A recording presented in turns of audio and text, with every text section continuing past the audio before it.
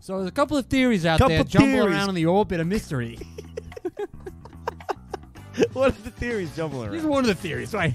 So he's living in a shack down by the river. I can't believe it. It's just so silly. And it's also sad if it's true. Anybody that comes up to my house is getting shot in the head. That's the ultimate What's form your of impression grooming. of every comic in Brooklyn? It's becoming a dad. Who stuffs your tummy full of pasta? The Capones. You, mommy.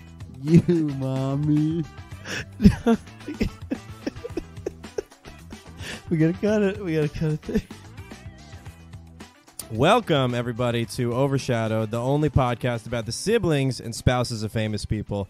This week, last week, let's recap last week a little bit. We covered because this is our first two-parter. Yeah. This is going to be part one, part two. I think it might be a new method to the pod. Could be a new method. I'm on meth. Last week, we covered the brief life of Salvatore, short for Frank, long for Frank, Capone, gunned down in the street by plainclothing cops who had pulled up to stop the Southside Gang from meddling in the Cicero elections and pistol whipping any more Dems. This week, we're going to cover another brother of Al Capone, good guy, weird guy, Richard James Two-Gun Hart, who, like his brother Al, also benefited from Prohibition, but on the opposite side of the law, running away from home and ultimately becoming a Prohibition enforcement officer in Homer, Nebraska. And enforce it he did. With an iron slap. This dude used to slap the shit out of criminals. If you were a bootlegger, he would clomp up to your house dressed like a literal cowboy, knock on your door, hello? And you're like, what the fuck is this? And then the C from the YMCA would open your door, pimp slap KO you, haul you off to jail. Take you to jail, not do any paperwork, so you'd be out by midnight. Yeah, this guy sucked at his job. He just wanted to live life as a cowboy. And as you'll learn, and think about this when you're listening to the podcast, would you do what he have done? Because I think I would do it. I love and respect everything he did. I do too. I think he made an awesome choice. I think he's actually one of the first straight, cis, white men that we've covered who we stamp of approval. Oh, the whole time. I love everything he did. Yeah, he's a pretty good guy. This guy saw a bunch of Wild West movies and decided, no, that's how I'm gonna live my life. Fuck New York, fuck gangs. I'm hopping on a train and I'm gonna be a cowboy. And so he has an insane life, like truly one of the craziest lives we've ever covered. I don't feel like we have to embellish any of it. No. Like when I was researching, I didn't feel like I had to grasp like what's the meat of this story. There's a lot of meat on this bone, so we're gonna get into Richard James Hart Capone. Hart Capone, Marshal Capone. Nice. Hart Italian Capone. cheese. Did you know that? It's actually It's a cheese. cheese. It's a very whipped cheese. I hate it. Very whipped cheese. Yeah. That cheese has been married a long time. So that cheese cannot. It's like, whoa, Marshal Capone's out. Whoa. Free Marshal Capone. So this week we're covering James Vincenzo Capone, who Maybe the craziest Capone out of all of them. Yeah, he took a dream, and by that I mean a series of a style of movies, and ran with it for his whole life. He loved silent Western films, and he decided, fuck the city, fuck gangs, fuck Italian hate. I'm going to the West, and I'm gonna just become a saloon busting cowboy. He might have been the first LARPer. You're right. He might have been the first live-action cowboy. Yeah, live-action role player. I think he was. Yeah, he was an Italian that became a real-life Prohibition cowboy and lived it out until the day he died, basically. He was a real rigatoni till the very end. Yeah. I don't know about that, actually. He kind of... he kind of changed. Yeah. He kind of changed. Stay tuned. He was born... He was the only Scapone... He was the only... Scapone. He was the only Scapone. I hope that'd be better if that was their real last name.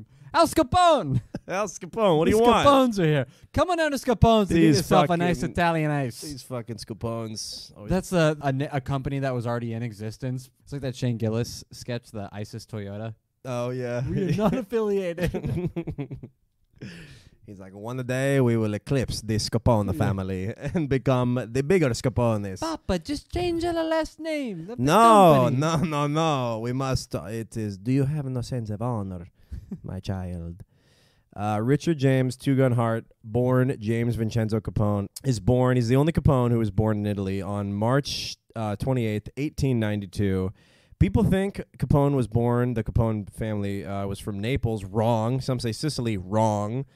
He's actually from Agri in Campania in the Boot, which nobody cares about. That's not a fun fact. That's nothing. But that's what the truth is. So sometimes the truth's boring. Born Vincenzo, Went to Ellis Island. They're like, your name's James. I would love to be the guy, the woman, probably the guy, the agent at Ellis Island christening people with new names. He's like, Vincenzo. Those huge line. Vincenzo. Vincenzo. He's like, Vincent. No. James. You know what I mean? Like a James. My grandmother's name is Immaculata. Ooh, Immaculata. They gave her Tina. Tina. You're Tina now, dummy. Tina. Immaculata? Yeah, her name is Immaculata Fiorenza.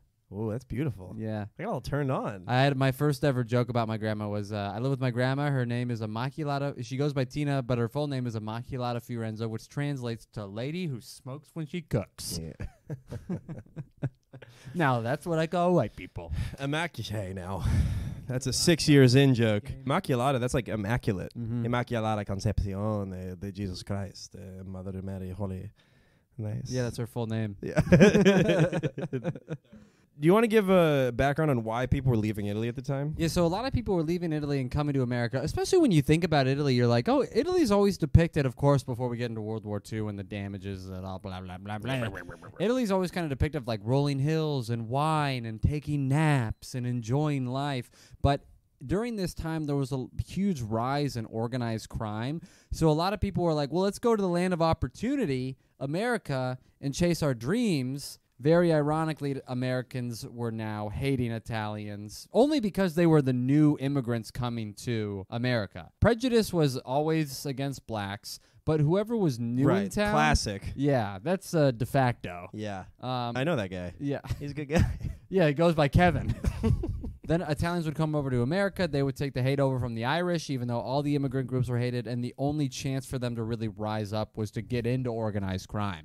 So the Italians during this time really had no choice but to get into organized crime if they wanted to make it big. Right. That was like, you could get a job like their parents, like a barber or whatever, but Flipping you're going to live in pizzas, this... cutting hair. Yeah, you're going to get there and they're going to be like, what you pepperoni steppers doing in this neighborhood? Pepperoni steppers. Yeah. What you salami hawkers doing in this part of town? What's your I'm just so scared of Italians. I have Italiophobia. Prosciutto gobblers. Yeah, no, I don't have any good ones. You're Italian. I feel like it's like saying the N-word for me. You know, I can't disparage. Yeah, you can't say it. Dude. I can't disparage the great Italians. That's why. You know, it used to be mozzarella.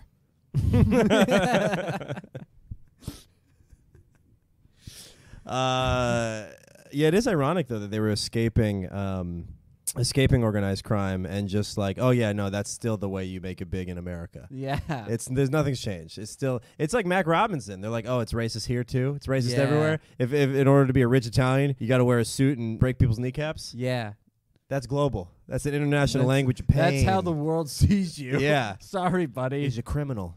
A square is a square. Yeah, an Italian is a mobster. He was the only Scapone who lived in. So they moved to the Navy Yard, which was like in a tenement building, very rundown for the entirety of his childhood. And he lived his entire New York life in the Navy Yard, so like in a slum, super basically. Shitty part like of town. Like it smells like fish and crap, literally, like all the time. Poop. You got to remember this in New York. It still smells. Everywhere. Yeah. Now, that's true. Then he's like, I'm gone. This is too much. I can't do this, which good instincts, you know? Yeah, at this time when he was a kid growing up, this is when he starts to get fascinated with the movies at the time were the Western movies. Mm-hmm. This kid's growing up. He's hating his life. He's hated by everybody else. He knows that there's only one way out, and it's the organized crime. And he probably gets fascinated with the biggest movie star at the time was William S. Hart, who was a cowboy. Yeah. So I think it was very easy to use escapism and to get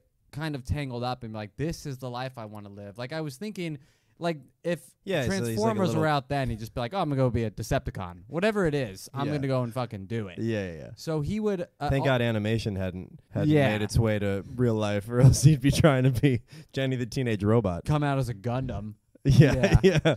He just hacks off his own arms. This is how I escape this Italian hate. Replace all my body parts with guns. I'm gonna go be an avatar.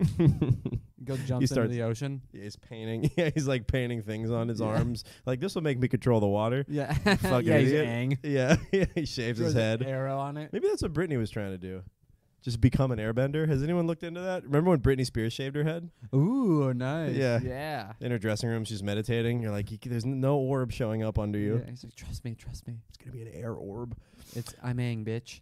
I'm Aang, bitch. So, it's Aang, bitch. So one thing he would do, I think to emulate the cowboy lifestyles, he would go to Staten Island, and there were some horses, some ponies that were used to transport ice blocks across town, which is funny because I know they probably use like a wagon and like put the ice in the wagon, but I like to picture just horses dragging big ice on the ground. I did too. Just the dirtiest ice. Yeah. That's, like by the time it got to where they just get the small shitty, and they're like, huh? I guess. And the horse is like, ugh.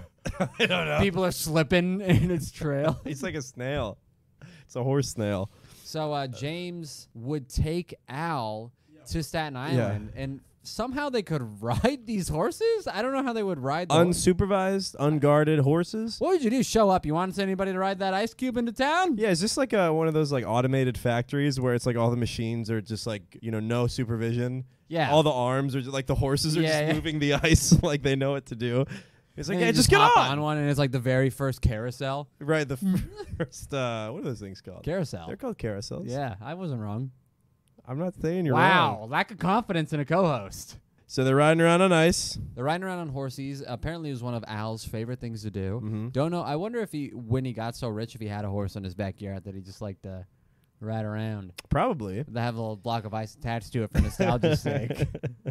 There's shipments of just huge drugs and alcohol coming to his house, and also an ice truck. Give me one block of ice. Yeah. Yeah. It's in his rider. Tied to my horse. And then, I wonder if he had dreams of being a jockey. What I really want to be. I heard his real voice. It's very high pitched. Yeah. He See? sounds like a little bitch. Yeah. Like he's really like the penguin. Mm-hmm. Yeah, that recording of his voice.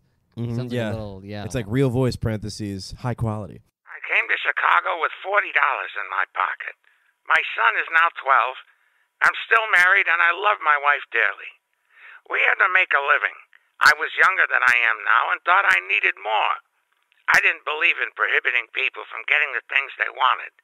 I thought prohibition was an unjust law, and I still do. One day, James takes Al to the Staten Island ferry. James gets on the ferry, and he's like, no, Al.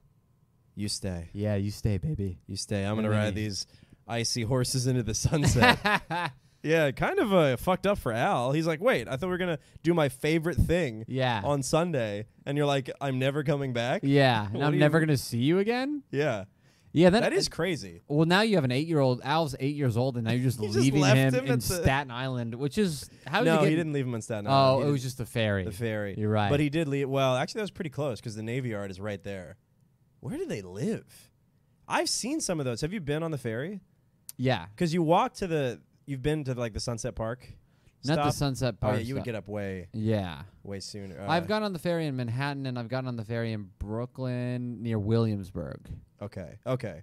So there's one in Sunset Park, and it's like abandoned buildings. It looks like old factories, but maybe that's where like people used to live. I don't know. It's like it's weird. Spooky. It looks like the I Am Legend buildings. Ooh. Like you throw a flashlight in there, there's just like hundreds of people panting. Yeah. Like waiting for a dog to just run around in there so they can eat it. But that's crazy. That's like a cinematic movie ending. Like he's already living his life like a movie. Yeah, already, and that's how Lord of the Rings ends. Spoiler alert. But Frodo's like, "No, Sam, I must go my own way." And Gandalf's then he leaves on a ferry. I've got to go fuck this boy or whatever. Yeah, and they sail off with the elves. He leaves with the elves. Oh, he does sail? He sails. Whoa. Yeah. So James leaves on a boat, leaving his poor little 8-year-old brother horseless. And just and cubeless, most of all. Horseless. I read somewhere that Al really just loves shapes. Cold shapes. Cold, transparent cubes. If he had a favorite thing on if earth. he had a steady supply of cold shapes, he would never have turned to bootlegging. You should have seen his igloo, this guy. Yeah. So I call them Al glue. Go ahead. James leaving to pursue his life of being a Western boy devastates his whole family because Western boy, I'm a Western boy. Yeah, I hate those guys are fucked. They're now. the You never worst. hear about any of them. Yeah, I mean, I hope they OD'd and died in their mom's bed, but I really don't want them to be around here. So what this does to Al is why we're talking about this is what this does to Al may have already kind of jettisoned him into a life of crime because James leaves the family. He's the eldest son, and then the eldest son is supposed to be the man of the house besides the dad. He leaves. Al has two other older brothers that are maybe next up to be the men of the house, but they're in and out of trouble with the law. They're getting into organized crime. Yeah. And then the dad dies. Yeah. So now it's Selfish. Al. It's only Al, very selfish of the dad. I mean, what a dickhead to die like that. He has to take care of the family. And Al gets to the point where, like, he has a wife. He must have gotten married very young. Yeah, I mean, my grandparents got married at like 19. I think he probably did. But he had, like, a kid on the way. Yeah. Like, Al's starting to become a man. And then his dad dies. So he's like, I can't even take care of my family, let alone, like, my dad's family, which is me and my mom and my brothers and sisters and stuff. So he's like, I can't get a job, slinging pizzas or, shitting out olives. I gotta hook up with the 5 points. Yeah, he kind of gave him no other. Maybe Al would have gotten into the organized crime regardless because the whole family was kind of pulled towards that. But I think James leaving really solidified that within Al. Yeah. So here's some theories as to why James Vincenzo Capone left town. First of all, left his little brother horseless and cubeless. He left to join the circus. That's the definite. Wait, whoa. What do you mean he just left? How did he learn of the circus? Were they in town? They go to Coney Island or some shit? They may have gone to Coney Island, but he left on the schedule of the circus. Like, the day he left was no coincidence. Okay. He left on the day that the circus was leaving. Like a detective. It was no coinky-dink. Yeah, he's got a magnifying glass. Yeah. Looks like the circus is also gone. Why do they print these schedules so small? It's a fucking poster. What is paper cheap? Paper expensive? You mean? Paper expensive. Well, that makes more sense than his paper cheap. Oh, fuck. Yeah. Redo it. Who's the real scatard? Scatard. I didn't know scud a thing. Krista Lee already did that with Skute. Skit? Skute. Skit. Scatard. I do not. Abide by Delia's actions. Bye. I don't care if you have a baby. You're still a rapist. You're still a pedophile. You're just that's the ultimate form of grooming. Of every comic in Brooklyn is becoming a dad. That is the ultimate. That's stage 4 groomer. You're just forcing somebody to love you. Yeah. Who has no toy. Dressing them how they don't want to be dressed. Feeding them, clothing them. They either love you or they die. Leave them out. You should leave your kid until they are ready to come in, and they may not come in, and that is their right. I don't know what character. Giannis Pappas? Yeah, I'm being Giannis Pappas. I mean, it just became Giannis Pappas. So tell me why this fucking guy left, huh? So there's a couple of theories out there jumbling around in the orbit of mystery. What are the theories jumbling around? Here's one of the theories. Why James Capone left town. All right. Okay, I don't know who I'm becoming here. Number one. You're bouncing a lot. Is he? Let me tell you. I mean, you got dimples growing all over you. You look like a fucking basketball.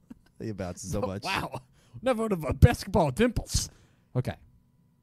Well, you never made one smile. Go ahead. Come on. Very nice. I feel like that's what you tell somebody when they take the dick out of your mouth. Go ahead. Okay. Like good head? No, like go ahead. Oh, like because go. You stopped giving me head. Right. Sure. Scratch that. Great. Here are the theories why people think that he left town. Yeah. Is that he killed somebody. Probably not. I just don't think he was also he was 16. You think he killed somebody and had to skip town? New York is a lawless place. Right. Nobody's looking for a Scapone right now. Right. There's the rise of organized crime. Scapone's like a 50. Throwing dough at people? They're monsters. They're animals. And if he killed anybody, they were in the neighborhoods with all the other immigrants that everybody else hated. So everybody else would have saw him as more of a hero if he did kill somebody. Right. So he definitely, unless... A whole sorting itself out situation. Yeah, everything works its way out. Right. And then, unless this is what, maybe he knew what day the circus was leaving and he really did hate somebody, and then he killed somebody the day of. Oh, like sure. He got rid of somebody. A true planner. Very type A. Yeah, which we'll come to figure out that's not who he is. Not what happened. He's not a planner. So give me. All right, go ahead. Option number 2. The second theory the two of the is tree. that Prejudice. There was prejudice against the Italians. New York was no place for a salami gobbler like Frank to go ahead, unless he was. It's not Frank. It's James. Oh, Frank. Did you? Oh, fuck. Frank. Oh, fuck. You put Frank instead of James. I did. Sorry, it's so hard. I mean, Frank James was another guy we covered. Yeah, it's true. Yeah. That is true. Okay, so theory number 2. That does not leave room for such sloppiness. I'm gonna go ahead and repeat it. In our outline. I'm keeping theory that number all in. Shit. Is prejudice? We'll keep in that I'm also repeating it. Is prejudice? Fuck, man. I'm gonna get home at 3 in the morning. Look, no, you're not. Oh, thanks. No, you're not. I'm sleeping in here on the tilted bed. Your bed's in italics. Anyway, you like the. You have the most italic bed I've ever seen in my life. The bed frame's broken. Oh, Yeah. I know it's broken. Yeah. I'm telling the listeners. That's a very Zach bed frame. I don't want to look. I don't want to. It's fine. It's fine. Yeah. Okay, so theory number 2 is that there's prejudice against Italians at the time. New York was no place for a salami gobbler like James to get ahead unless he was getting into a gang, and he didn't want to be a part of a gang. No. He wanted to be like his hero, William S. Hart, who was a cowboy, and New York is no place for cowboys at this time. Right. Actually, So- there's no place for cowboys, hardly. Wyoming, Montana. It's I like mean- 2 places you could be a cowboy. You're right. Yeah. Right. Yeah, of the 50 states. Yeah, of the You 50 can go to 2 of them, maybe. Yeah. Maybe. And they'll still accept you. And then my favorite one is there was a dispute with his father, which, look, I'm an Italian. There's always a dispute with the father. There's always a dispute. It's mostly with the mother. For me, Right. it was my mother. My father's not Italian. He's from California. He's adopted, so we don't really know his lineage. I claim Italian, but Yeah. I don't care what the rest of me is. But there was a dispute with the father that he was playing his violin too loud, and the dad chased him out of the house. Which, No son of mine. He's going to be stroking the devil's fiddle. Yeah, it's like, no, Vincenzo, you go down to there and murdered the Irish kid from the Eastman gang. We got tied up in the basement. Don't play no fucking... none of this Beethoven's Fifth, all right? You're on my last nerve. How about that? I didn't even know he played violin until this theory came out and was debunked. Yeah, this is the only time you ever hear about them playing an It's a instrument. violin manufacturer trying to spice Yeah. things up. He's like, well, maybe he was playing Your one of my violin was famous cool. violins. One of Jim Bob's famous violins. They're really making the rounds. You guys heard about these things? I played the violin. Did you? I played the viola. Oh, It's like a violin, but nobody cares. Yeah, it's weird because the Isabel viola Higgins joke. kind of sounds cooler. Yeah, it's more. It's like thicker. Yeah, it's more full Yeah, body. it's got some cake. Yeah. Got some cake to her. I played the violin for 1 year before I switched to alto sax. Oh, alto. What is that? It's just like I don't know. I think it's the sound, but it's the most basic sax. Is it alto or alto? It could be. Balto. Balto sax. That's the sax that saves everybody from the snow. From an avalanche. So this kid, whether it was the violin, whether it was murder, or whether it was just trying to live like a movie star, actually not a movie star, he's trying to live like the life that was being portrayed in the movies. He's on the road. He's a traveling vagabond. James Vincenzo Capone joins the circus. And the circus company that he worked for was called the 101 Wild West Show, which sounds like the show at the end of an 8-week improv class. The 101 Wild West Show. We've been working on our quick draws and theme. Pow! You're dead, Mexican. He's like, I'm not... Shit, I got to do a Mexican accent. I'm not dead because guns don't work in space. And the friends and family are like, so good. Very Wild West. Very Wild West. It feels like And they go out to dinner afterwards. No, I loved it when you were like, you were in space. Can I say this? Tony was not even trying. He was kind of just there. I didn't really like Tony. Yeah. I know you say he's your friend, but I feel like you could do a lot better without him. Yeah, so they're in the circus, which is an option back then. It was like it literally felt like going to work at McDonald's to me. It's like, well, you can always join the circus, you know? People, you got to flip midgets, you know? Somebody's got to flip these midgets. Somebody's got to shave the hairy lady's face. Yeah. Come on. Collect them, Yeah. sell them on the road. You ever think that was going on? Like Fetishes kind of like that? pre-OnlyFans, you know, like bags of bearded lady hair. Oh, yeah. You Some pervs. said that like you would buy it. Yeah. Oh, would. yeah. A lady beard? No, I don't need a lady You don't think beard. so? You like a hairy lady, though. I always say this. You can tell the Excuse further... me? You can tell... I can always tell I've crossed over from Queens to Brooklyn when I'm transferring trains and I see calf hair on the ladies. Oh, yeah. Just in case you ever get lost, if the first sign of calf hair, you go, I'm at least in Metropolitan Avenue because there is calf hair everywhere, dude. I'm a woman at Metropolitan Avenue. I'll tell you that. Every time I take the G to the L, there's a lot of debate on where Queens starts and Brooklyn ends, and it's at the leg hair. It's at the leg. That's so funny. Yeah, that's very true. Brooklyn's welcome to Bed-Stuy sign. Yeah, it's kind of a sliding boundary, but they're making inroads. Yeah, to tell you, one day and ingrowns. One day everywhere is going to be Brooklyn.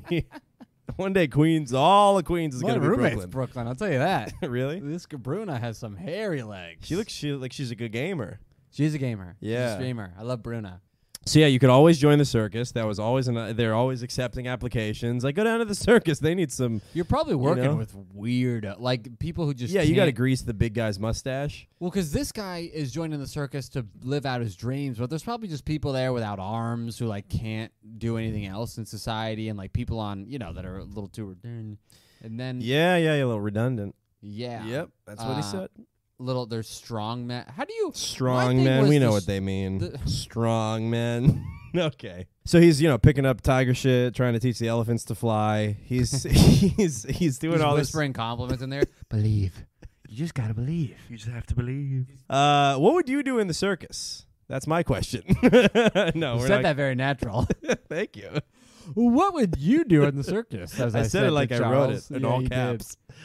He was hold on, before we get to that, he was so stop trying to derail us. He was a prop master and specifically worked with the guns. Yes, this is where his love for guns came into play because he later became a sharpshooter. So this is where I think he had a lot of fun. He was probably just shooting guns for fun and getting good at it. That's fun. Probably impressing the bearded lady and getting a couple of trapeze artists. Oh, circus sex. Circus That's sex. some odd sex. Yeah, because you think of like a sex swing is kind of like that's an artifact from the circus. Oh, really? I would think so. No, I mean not like an actual, but you know what I mean? It's like, no, you're right. That's circus-y, circus-esque. Yeah, it is circus-y. Yeah. Could you imagine if you're like swinging on a trapeze and then you just right into a lady? Oh, yeah. And like that's how you connect. That would be awesome. I would watch that very show. Exhilarating. I would love a burlesque circus all-naked fuck show. Wow, you're onto something, kid. If that were coming to town, I'd go see that. I'd throw peanuts at him. Try to plug it up before he could get in there. Oh, man. And then he dies. He falls to his death because he can't latch. Stop blocking with the peanuts, guys. It's really dangerous. Okay, stop the show. Stop the show. People could really get hurt out here. I got paid already. You want me to walk off? They're paying me peanuts here. So there's a lot of jobs. Look, there's a lot of jobs in the circus. And I want to know, of all those jobs, what would you do? I'm going to give you some options. Okay, let me see here. Give me some Sword options. swallower, flame hoop jumper, motorcycle in the cage. That was around then? No. Elephant, let me finish. Elephant rider, elephant poop scooper. That's a different job. Trapeze, tightrope walker, strongman, freak. You could just be a general freak like Houdini. People throwing raw meat at you. You're like, mas. Me llamo Progia. I think I would jump through flames. That'd be fun. Jumping through flames. What would you do? Be the I would like to do trapeze. Would be cool. Ooh, I hate heights like that. Hopefully you don't get the twisties like Simone Biles. Because she lost her sense of up and down. What? That's what happens. That's what can happen. That's what I was telling her. I said, Simone, you gotta get a week at a time. Or something? It's like a condition that gymnasts get where they lose their like their cat sense of like how to land on their feet. Whoa. It's called the twisties, and so it's like that's how people break their necks. Whoa. Because you see Simone, she's like 60 feet in the air. Yeah. Not helping stereotypes. Yeah. Okay, jump a little yeah. less high, maybe into a pool if you want to help out the community. He's doing odd jobs. He's doing circus stuff. Hold on. What would you be? You'd be a flame hoop jumper. I'd jump through some hoops. I'd be a trapeze guy, I think. You'd wear a unitard? Yeah. I got one on right now. Nice. Yeah. I'm ready to jump at a moment's notice. I will jump at any opportunity. I wonder how many trapeze people died before they're like, maybe we should put a net. It's just like, seems like kind of all or nothing with these guys. No, that's part of the trick. Does it have to be? It's kind of already impressive that they're jumping across long distances. Yeah, if you fall, you die. That's the if you fall, you die trick. That's like why people come to the circus. They want to see maybe. I mean, that is what you kind of like secretly pray for in NASCAR. Yeah, well, Yeah, right. We're all, like Severus Snape just in the stands during Quidditch, just chanting. I'm not sure when he joined the circus relative to World War I. There are conflicting accounts from historians on whether James actually served in World War I. Sorry, I'm burping now. Wow, I thought you were getting teary-eyed. Jeez. Oh, okay. Well, you're trying to do hard on that last. Okay. Just trying to get it all out. So yeah, James is working in the circus, and then strangely, I think I know why. Actually, there's conflicting accounts from historians on whether he actually served in World War I. I'm going to say the against, and then can you do the for? So it says on Wikipedia and many other sites like Wikimedia that he was removed. What about Wikipedia? I didn't check. No one had entered that as a website yet. That he was removed from the American Legion of War Veterans after people had contacted the Department of the Army and found no record of his service. I think this rumor wiggled its way into history because I think one of his corrupt supervisors was trying to take him down. Okay. Because he later went on to become a prohibition officer, and we'll get into all of this, but he progresses in his career as a prohibition officer and learns about a lot of corruption, a lot of officials, politicians, sheriffs being paid off to look the other way. Yeah. And Two Guns like, I don't play that shit. Y'all are going to jail. And they're like, fuck you, dude. I bet you never served in the Army. You're a coward. You're a liar. And this isn't alcohol. So you better get the hell out of my office, buddy, because I'm your supervisor currently. So that's my theory as to why there's historical accounts of him not being in the Army, because why else would there be? You know what I mean? Like, it was weird. I thought for a long time until you corrected me that he never served in the Army. But it's interesting that there's, like, weird historical accounts that differ. Yeah, it's kind of with all of these siblings, not all of them, but you go to research and find these things out, and there's bits and pieces where things are missing. But this guy, we listened to a podcast that had this author, Jeff MacArthur, who wrote a book, Two Gun Hart, Lawman, Cowboy, and Long Lost Brother to Al Capone, that was all about Hart's life and his legacy. He interviewed his whole family. I'm sure it's a very good book. It was a great podcast to listen to because it was chock full of information. I never will. But he proved that James did serve in World War I by having pictures of him on the battlefields next to warplanes, and also, and most convincingly, being decorated by the famous General Pershing himself. So a lot of people think he's faking this and he made this up, but if he was faking, he would have had to get a lot. I mean, he maybe could have in the circus gotten people who looked like maybe he was near some planes and they had a little green screen or something. He could fake a picture. There's an attraction. One guy's like, take a picture with General William Pershing. Yeah, I look just like him. I saw a TikTok today of a guy who looks just like Ed Sheeran, and he travels around the world convincing people, and people come up to him and he signs autographs. Cool life. Yeah, he gets to sneak into music festivals and stuff. Oh, God. I kind of hate him, right? Yeah. You got to hate the guy. I don't kind of hate him. I hate people, I fully have unlocked all my hate chakras But for he actually him. looks... It's like so much like him that there's no way you'll ever understand. All right, I like him. So it's like... I like him. If you look 99% like... first of all, they're both ugly guys. That sucks. Yeah. Ed Sheeran is thank God he more plays of a curse. music. If you look like Ed Sheeran and you're not talented, boy. Yeah. You gotta hope you can get Just away let with him into the You gotta fest. just pretend to look like him. Yeah. It's Yeah, the that's only way true. out. That's a fate worse than death. Yeah. Just looking like Ed Sheeran. But what happened is, this is the story that we think is the most accurate. Yeah. James was in the circus. They're traveling around town. He's figuring out who he is. He's living La Vida Loca. He's picking up elephant shit. He's shooting guns. He's fucking the bearded lady, coming in her beard. And then they make... Oh, not my beard! James! Oh, it's like an hour. Again? It's like 10 minutes before Somebody get some showtime. peanut butter. It's the only way to get it out. Is that why you have peanut butter near your bed? Yeah, it is. Why does your cum so much like gum?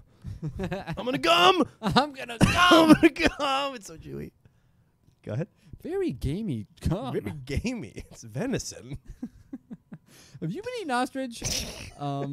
Think about going down on a person back then when they didn't have any. Ooh. Ooh. Right off the Oregon Trail. Oh Just my dusty God. and full of dysentery, I bet. Ugh, going down on that Oregon Trail. Yeah, yeah.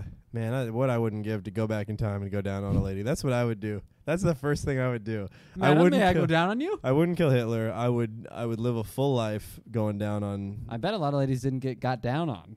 You're probably right. Yeah. Yeah. Maybe. I don't know. No, I don't think so. Unless you were a man that really liked it. Yeah. Because And I men love are it. all. I mean, there's sometimes I don't want to do it. Yeah. Yeah. That's fair. Well, okay. We're not gonna get into it. Yeah. But from what you've told me, it sounds like sometimes you're down there a while. Yeah. And then when it becomes a triathlon, I'll be I down don't there for wanna like do it. 15, 20. I want to do it, until it's like 7 minutes max, Yeah. and then let's move on. No, I'm down there for like 15, 20. What are Yeah. you featuring down there? Yeah, dude. I don't Featuring get the on the light until clam. 18, too. Oh my God. And by then, my tongue hurts. Yeah, You ever get like the your tongue pain? You're hurts. Like, It sucks when they're like about to. They're like and so you gotta close, really and you're like, kick it into ah! screaming into there. If your vagina had eyes, you go ah. You're bleeding out of your eyes. There's snot coming into your nose, and you're rubbing it in. If You're like a truffle pig. Just trying to find that clit. If vaginas had ears, they'd be deaf. It's like those. Yeah, that's. Vagina kind of looks like it here. It kind of does. You know when you? This is another Harry Potter ref. When you pull out the potted plant and it goes like, that's me at the when you're about to come. Is me just screaming underwater in the ocean. It's like somebody. It's like the face I make when I'm eating a girl out is also the face I made when my bully gave me a swirly in the toilet. Just ducks you underwater. Okay, what were we talking about in the circus? So though? now he's in the circus. They're bopping around the country. He's scooping. He's pooping. He's shooting his guns. He's in the trapeze. He's shacking up with the bearded lady. She has a miscarriage, and then they finally get to Oklahoma City.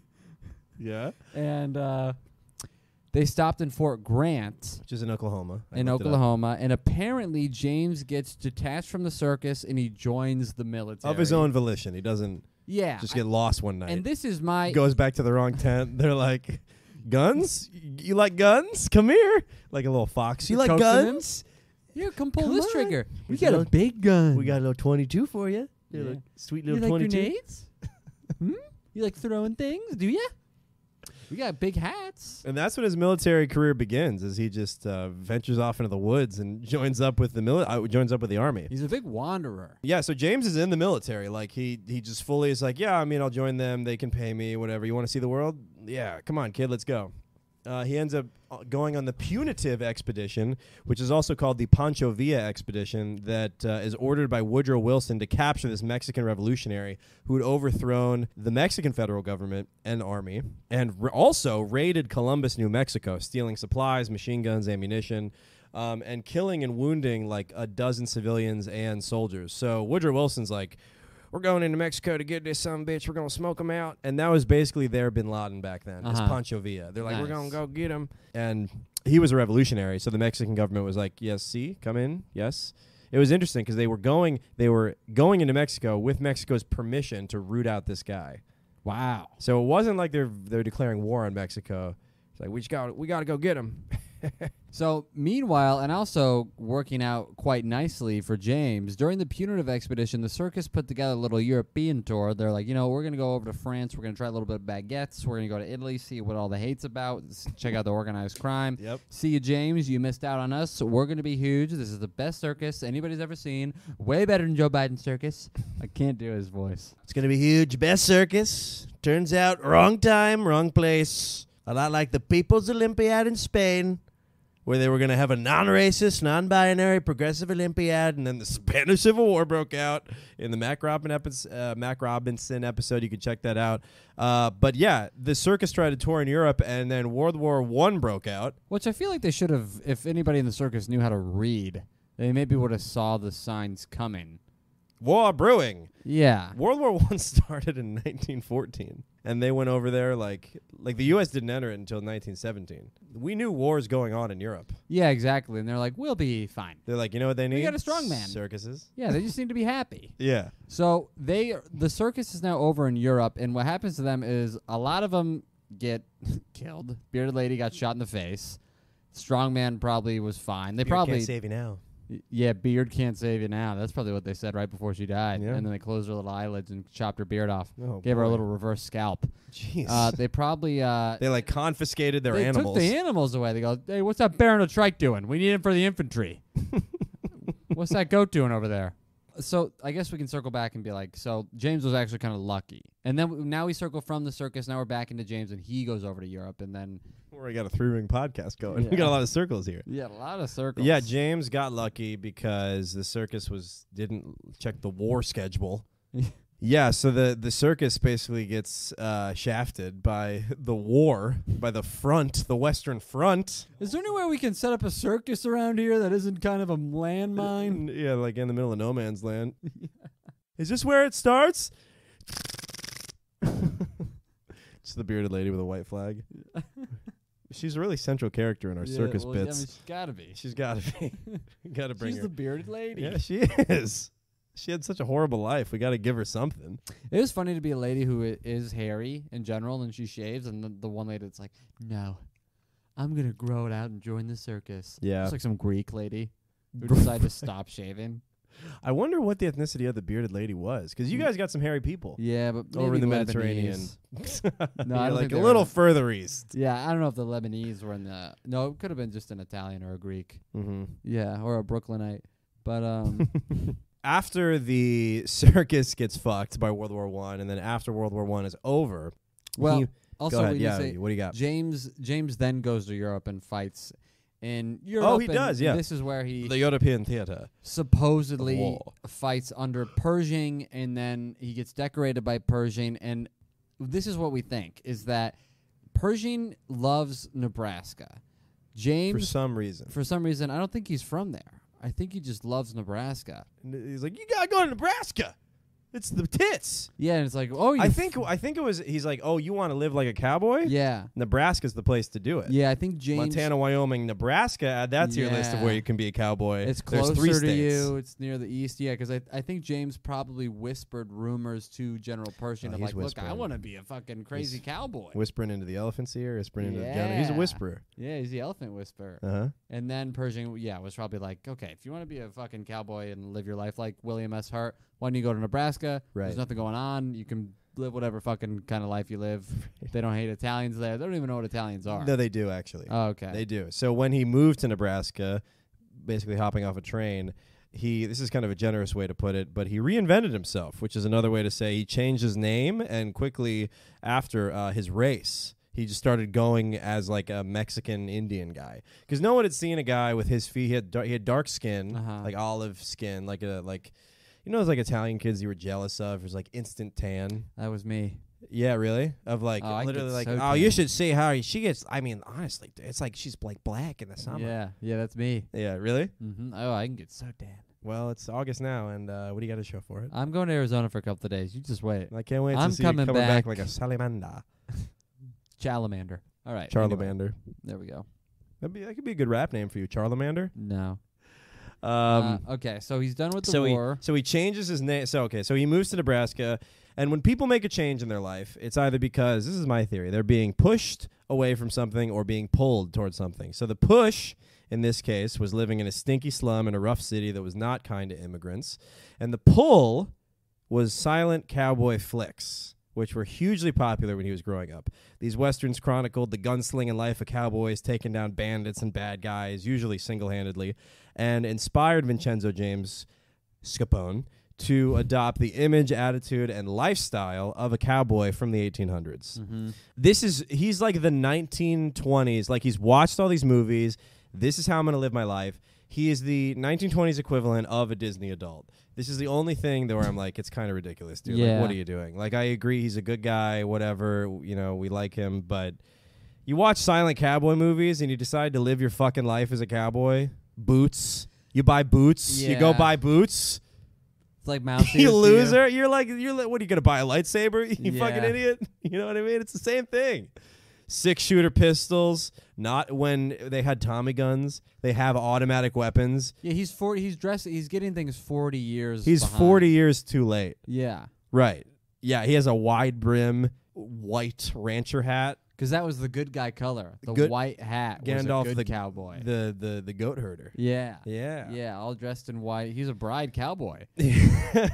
and you're right though. It was 40 years too late. Like it would be like right now if we dressed up in like a turquoise purple windbreaker from the 80s or something like that. And walked around with like I don't know what stunner shades and were those the striped ones? yeah. Nice. Yeah. Or like the parachute pants. Yeah. It would literally be like he went to Nebraska and was dressing like someone who was alive 40 years ago. And so they were like, what the fuck?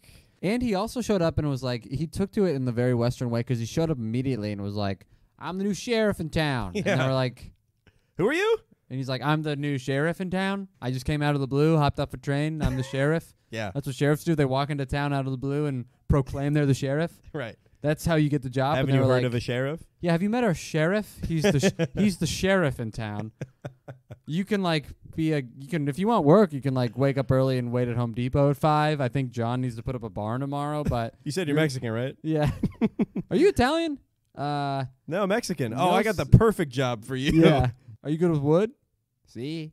Eh. So frijoles.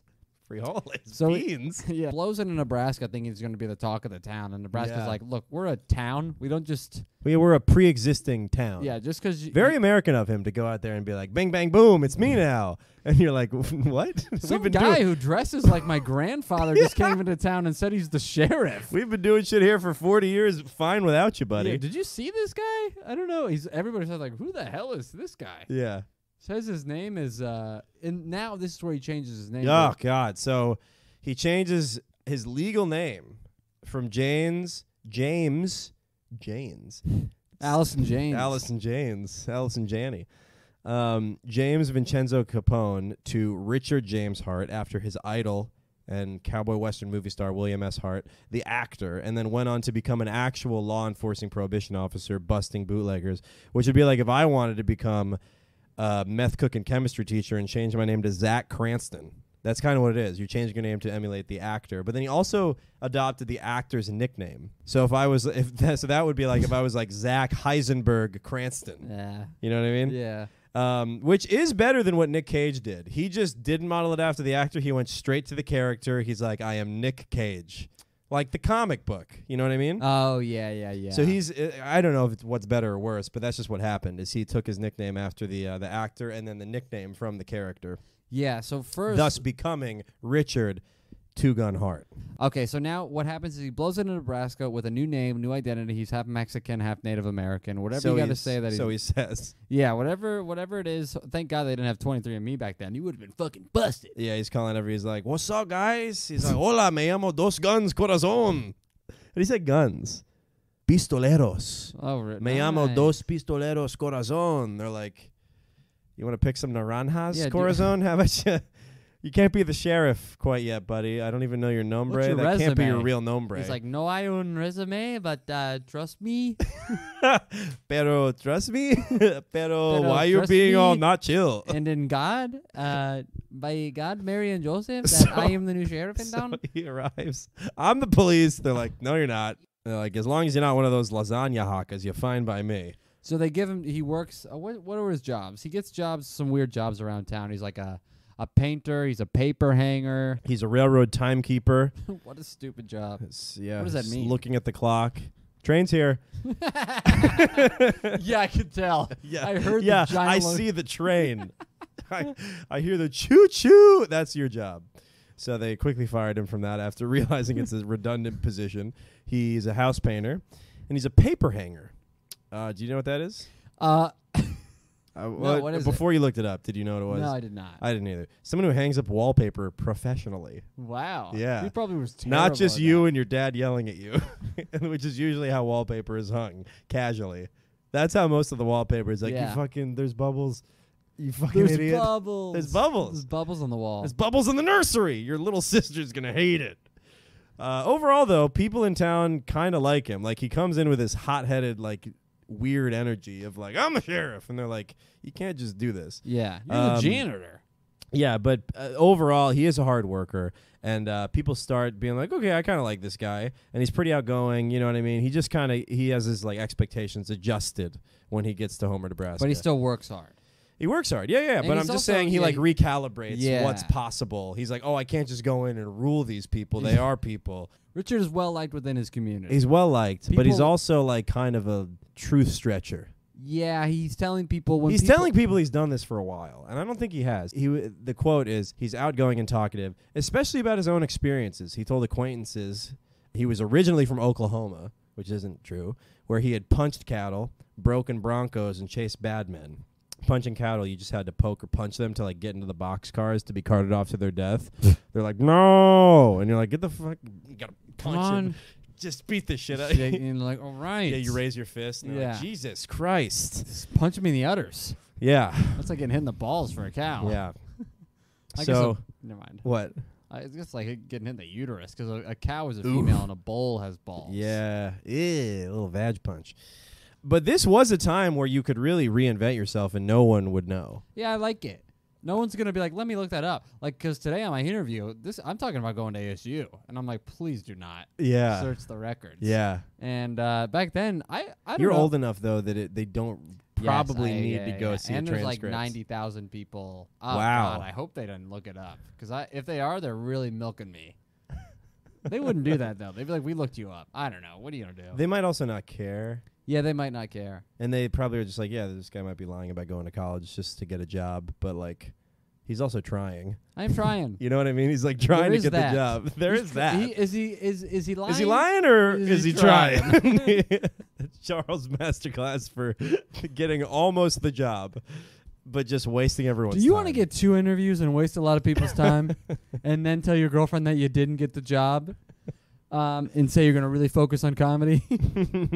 No, I just really I didn't get it, but I think it's good for us. I think it's because I'm supposed to work harder at comedy. Yes. So Richard, now Richard, we can't call him James. It's dead naming him. His name is Richard.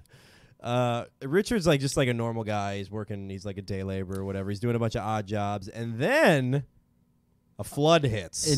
To his fortune, a flood hits. To his fortune, May 19th, 1919. I was waiting for you to get Wow, so far. that was really hard. The first time you said 19, I was like, there it is. He just saw what I just saw. May 1919. 1919. I've just never banana. How many A's and N's are in banana? A flash flood. Shut up. A flash flood strikes neighboring Emerson, Nebraska, and Hart risks his life to rescue this little girl from drowning. So the story that I heard in the podcast was that he was riding in a car with Kathleen Winch, bit of a wench, her mother, and her brother. This is insane. I don't know if she's in the car with the mother or not, but like the car starts to fly away in the flood. The mother tries to stop the car by putting her leg out. Oh! What a fucking idiot. That's what a mom move. I remember one time we were having dinner and the newspaper, like there was like a candle on the dinner table and we did it up nice. Wow. And there was the newspaper like on the table caught fire and my mom was like, "Whoa! Whoa!" like insane screaming, and my dad's like just like picked up the newspaper and like put it on the floor. Damn. And it just burned itself out. Oh, yeah. So I feel like that's what the mom did. She's like, oh no, Yeah, just fucked herself. So she gets swept. So She she puts gets her leg swept out. away. The sister somehow floats out of the car. The brother tries to save the sister, floats out a different way. So now it's like a Spider-Man situation. You got like, who can you save? You got like all these people drowning in this flash flood. And then he's like, well, guess I got to go save your whole family. Dives into the flood, saves the sister, I think, and then he re-enters the flood to pull out all the other family members. And then Kathleen Winch is like, that's pretty hot. Yeah, and then they probably have sex that night. But now Richard, he saves a whole family from a flood, which is crazy to believe. It's kind of like when you're reading the Bible and you're like, was he swallowed by a whale? Like, what was really happening? 2 of every animal? Yeah. Swallowed by the whale is in the Bible? I don't know. Jonas and the whale or whatever. Is that in the Bible? Is that Pinocchio?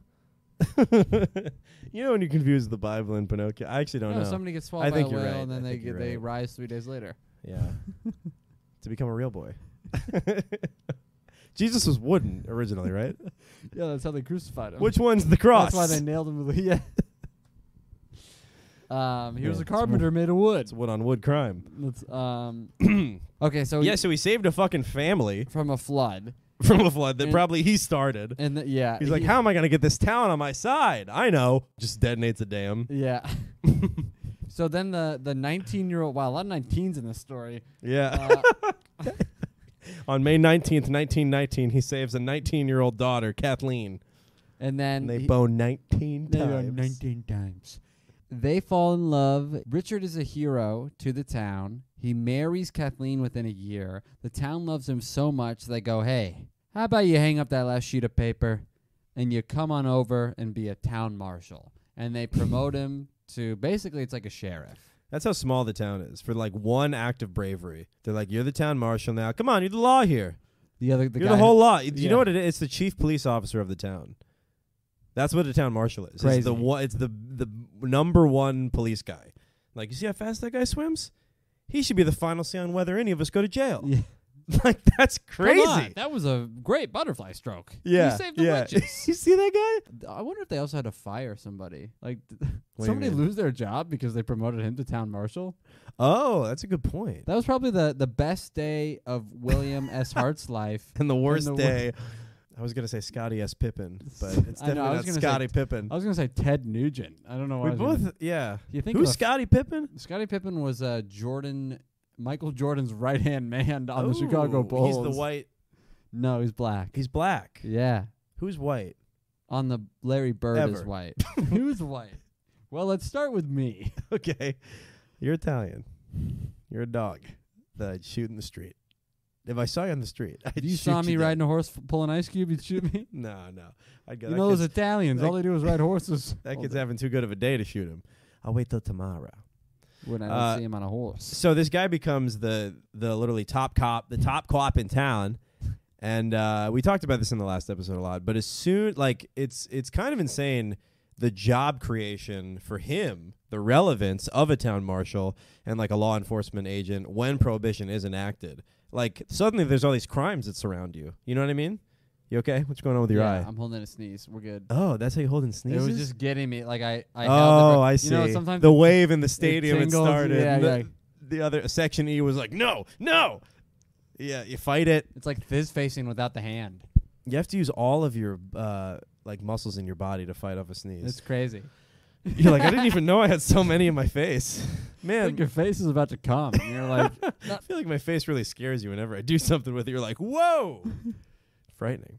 So he becomes this super successful prohibition officer. He's just busting up bootleggers. He's watched the movies. Wait, did we say that prohibition happened and he had the opportunity to... Yep. Oh, we did? I did. Nice. Yeah, that's when you were fighting off a sneeze. sneeze. Okay, my bad. And I'm like, you okay? Yeah, when you fight off a sneeze, you also go deaf. Also, this is one of the things that helps him as a prohibition officer. He was riding horses when a lot of people are driving cars, and he's in Nebraska.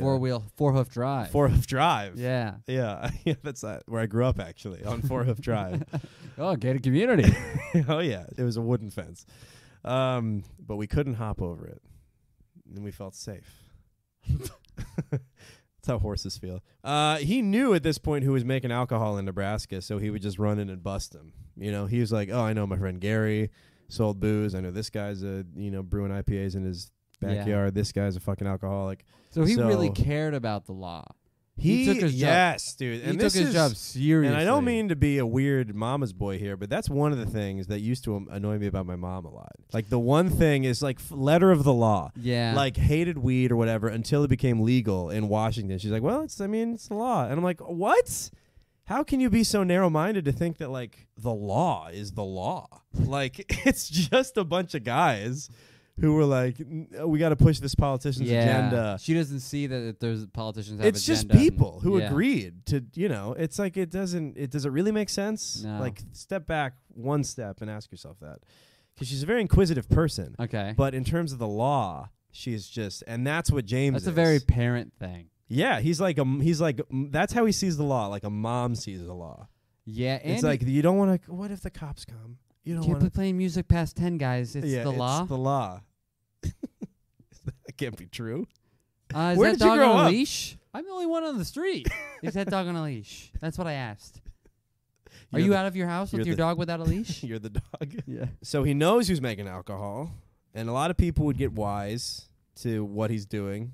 going around busting his friends. So then this is what I do like about him. He committed to the bit. He went undercover, disappeared for months at a time. Would like work as a day laborer for like a month. What do you act like? He just blew into town again? Hey, just got He's here. always blowing into town. Yeah. I guess. Well, that's true. Yeah. What? You've been here a few months. My guess is that the level of disguise that was available back then, it's crazy that no one was like, Richard. He's just like wearing a dress. Like, no. The umbrella, he covers Yeah. his face with like a... I wonder if he kept some costumes from the circus. Oh, that would be good. Maybe he blew into town with the suitcase full of costumes. As a lady. Yeah. Right, as a 2 foot shorter man. Right. He had all he just walked. What if he to go walked undercover? on his knees. Yeah, put the shoes up. Nobody ever was behind him. Hello. I work. I here to work. Where do you get the booze around here? And they're like, Richard, this guy's a big booze hound. They don't know he's an agent. Richard, you have a problem. Stop going undercover to try to get booze. So he's undercover. He's undercover. He's very successful. He takes his job very seriously, which also, let me say this side note. The people that take their job very seriously are the most annoying people to work with. Very true. The guy at your work that is all about the job is the guy you hate the most. Yeah. This guy is all about the job. Everybody else at work is like, fuck work, right? Yeah. And then this guy's On the sly, fuck work. on the low. On the low, I know we Low-key. love it here. Lokito? But low keto? Lokito? Can I get a low keto to go? I hate work. I hate this place. job. I'm going to go Taco Bell, get a Lokito, get a double wrap Lokito. I hate this job. You know what I mean? Just Yeah. doing this to pay the bills. I shouldn't have gone to college. I'm in debt. I went to ASU. Don't look it up. Don't ever look it up. My meaning behind that is I'm so far east that they won't care. Oh. ASU, that's like where? That's 2 time zones ago. Yeah, the guy. Can't even look that up if we tried. Our bandwidth can't even go that far. So you can't go back in time. What's that? That's a 6-hour flight away Yeah. where he went. That's in the past. He has to fly to the past to go to school. He went. I'm not going back. I'm not going. But trust him. He's a good guy. I tell you what, if I were to look up his transcript, first I'd kill Hitler. I'd take a little side detour. I'd kill Hitler. Can you look at my transcript? See if you could. Okay. Anyway. Let's just stomach that fear. I am awaiting That's why you the fart call so much. from my It's- recruiter about like, look, the interviews went good, but Yeah. they did search you. Found out you're a big fat liar. And I had to be like, oh. Weird. I Oh. thought I went. Oh, I guess I didn't. Oh, I guess that whole time it was Scottsdale Community College. Oh, I have dyslexia. I mixed up the. There's an S in Scottsdale. You're gonna, dude. Scottsdale's gonna have a fucking poster of you one day. Yeah. You know, it's gonna be peeling, but it's it once was nice. For like the day they put it up, it was sick. Yeah. And like you signed it, and then a kid spat on it and like chopped your eyes out. You know, like they do on the subway. Yeah. Make it all creepy. Put a They little cut the mustache eyes on out, me. little mustache. Yeah. Yeah. Always a mustache on those guys and girls. Everybody. Equal opportunity for the graffiti mustache people. But what were you gonna say? That he was hates the guy who does his job. You hate the right. guy at work, but and then he wasn't even good at the work. Exactly. He didn't do the work. He He didn't didn't do the work. paperwork, okay? One thing a lot of people don't know about being a cowboy, a lot of paperwork involved. A lot of logistics. A lot of logistics. Well, that's actually that's not what's involved No, in being a cowboy or what logistics is. He did do good logistics. He put men on the back of his Yeah, horse and and he hauled carried them them. back. He was That's a good supply logistics. chain guy. Yeah, big supply chain. He But would go to the net. One time, he was apprehending a perp, a bad guy a bootlegger that he'd busted. It started raining. He got lost or whatever, turned around, right? And then he went to a new town and was like, hey, while I'm here, I might as well slap the shit out of somebody This and guy's arrest always someone. on. By the way, he's slapping the shit out of people. Yeah, his method of choice for getting people into his car was slapping them unconscious. Well, his argument was that he knew whoever was in, like, he needed like 100% proof that or at least in his mind, not written down anywhere, but that whoever he was about to bust was the right person, right? Because it was dangerous. I was 100% sure that was not a cell phone; it was a gun. So that's why. Exactly. He is one of those cops. No, but I think he actually did the work, and that's why he's doing fucking 3-week sting operations as an olive picker, because he's doing the work. He's making sure that he finds out who's actually the bootlegger. And then I don't know if you've seen Ozarks. Have you seen Ozarks? Bits and pieces. I've seen a sex scene. Okay. So I think there's some battle scenes of like, yeah, it's pretty much the show. It's like Euphoria, but in Missouri. And with Jason Bateman and a kind of hot wife, but you can't really tell. Not really she's sure. A little tired. The light hits her, and you go, no, never mind. Yeah, it's also like in Breaking Bad, that wife. You're like, I would. I would. For sure. Way more than Ozark. Are you kidding me? That's like a grandma to her mom. Seriously. Oh, wow. That's how it feels to I'm me. sorry to offend you. Yeah, well, I'm so sorry you're to telling me offend you that wouldn't woman. fuck the grandma? I would, but it would be okay. harder for me. And by that I mean softer. There we go. For her. What was I saying? Oh, in Ozark, there's like a house and then a field. Yeah. That you can't. I mean, if you're gonna launch a forward assault, you're gonna get fucked. They're just gonna gun you down, snipe you like as you walk up to the field. That's a nightmare. So he needed to make sure that he knew and also be in their circle of trust, knock on their door, and then when they would answer the door, they'd be like, "Hey, you need anything?" Bah, bah, bah, bah, bah. Yeah. Slap you unconscious. So you think, for me, I was thinking he knew the right place to slap a man to knock him out. But you're going multiple slaps. Oh, interesting. You're doing this. No, you're probably right. He knows the place. I think he probably had a nice, and then I think you crack the elbow. It's more of a chop.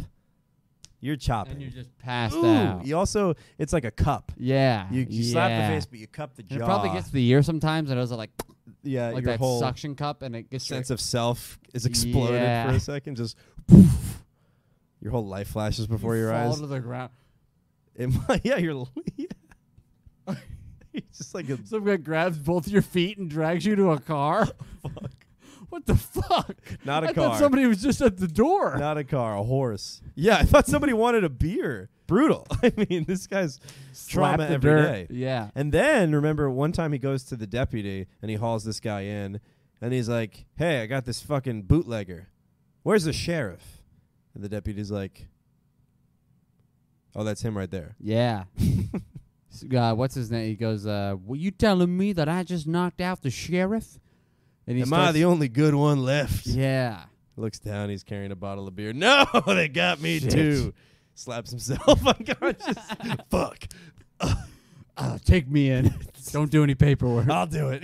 Take me in. Don't sign anything. So he starts to. So now this man is an overachiever. He's bringing a ton of people in. Yeah. He's not doing any paperwork. So he's bringing in records-setting amount of criminals. And a lot of them are getting away because there's no paperwork filed. Like leaving. Another officer comes in for the night shift, and they're like, "Why are you here?" And they're like, "I don't know." And he's like, "Let me check the 2 guns."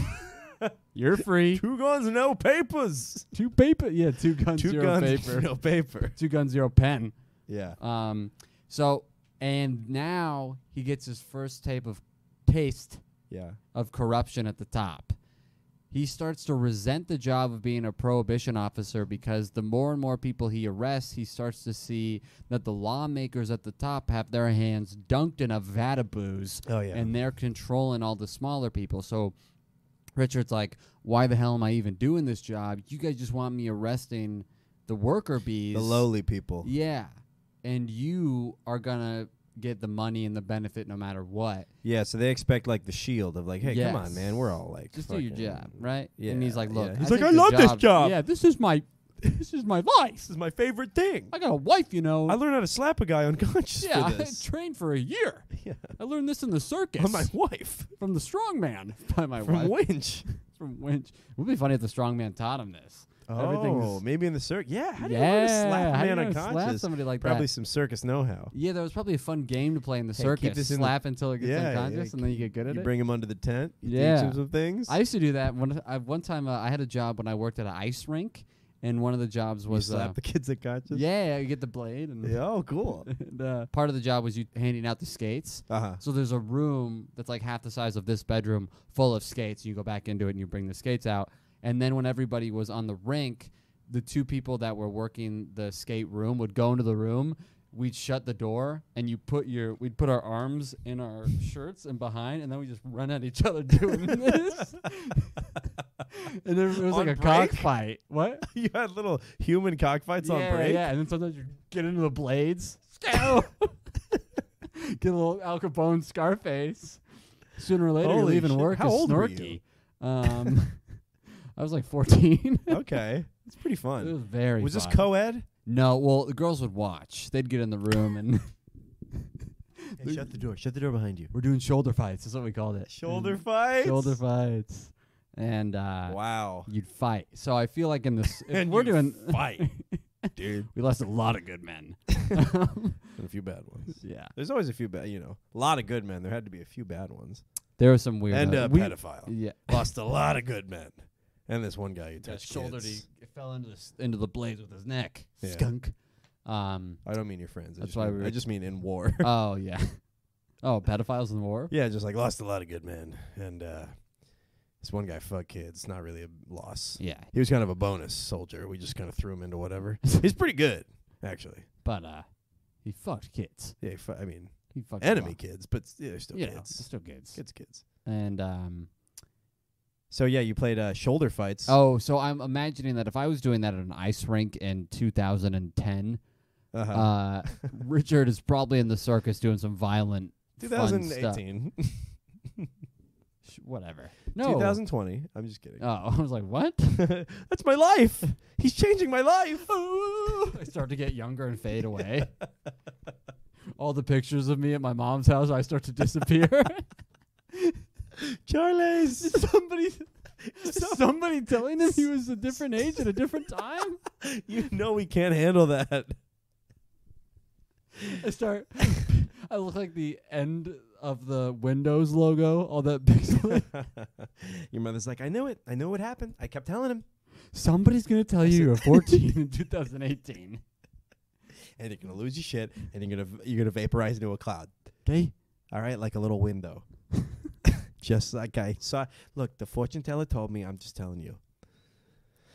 And what we're trying to tell you is that Richard Hart was busting bad men. Bastard Buttman. Basting butt men. He didn't do the That guy paperwork. basts a lot of buttmen all over this town. Yeah, some say it was because he was too busy busting in men's butts. But we think it was because he actually couldn't read. They're like, can you fill out this report? He's like, I can swallow this sword. That's what I learned how to do with the circus. Yeah, so, but he does start to become disillusioned. Ooh, you're both going to say the same thing. He starts to become disillusioned of the Wild West law enforcement beat because nobody seems to care about the law. And, yeah, that sheriff story really opens his third eye Yes. when the deputy's like, he's the sheriff. And he's Richard, like, 3 hearts fucking- heart. 3 eyes heart. Yeah, 3 eyes heart. There we go. Okay, so Richard eventually, after learning that the sheriff, the politicians, everyone's in this prohibition racket. Everybody loves to drink. Come on now.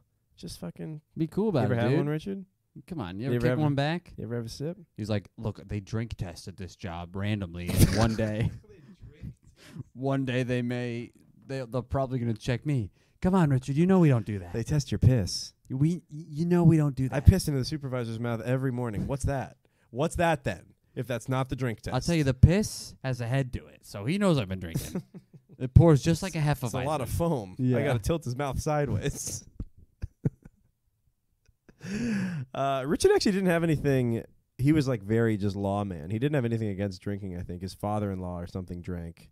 It was mentioned that Yeah. like he was kind of around drinking, but where the point is that he leaves the prohibition life in Nebraska, and where he really shines and actually makes a difference in a nice, good way is on Indian reservations. Yeah. I think he was so popular that he caught the attention of the Bureau of Indian Affairs. Yeah, where they're like, you're busting drinking? We got some drinkers. Yeah, not to be stereotypical, but these guys. Yeah, are. it was actually a huge problem. Yeah. And I think continues to be. I'm I not think sure. it- It's and kind of also- like on the way to Atlantic City, you see all these, are you addicted to opioids? Oh, It's like, well, really? somebody here must be. Yeah. Because this They looks wouldn't like I'm just- going to Opioidville right now. Yeah. Yeah, this was also the thing, not to be like, because it was like they were probably drinking because they had their land stolen. Oh, From them. It's, absolutely. of course, just so sad to really think about that. The after. You also don't have effects. to work because like you're getting paid. Yeah.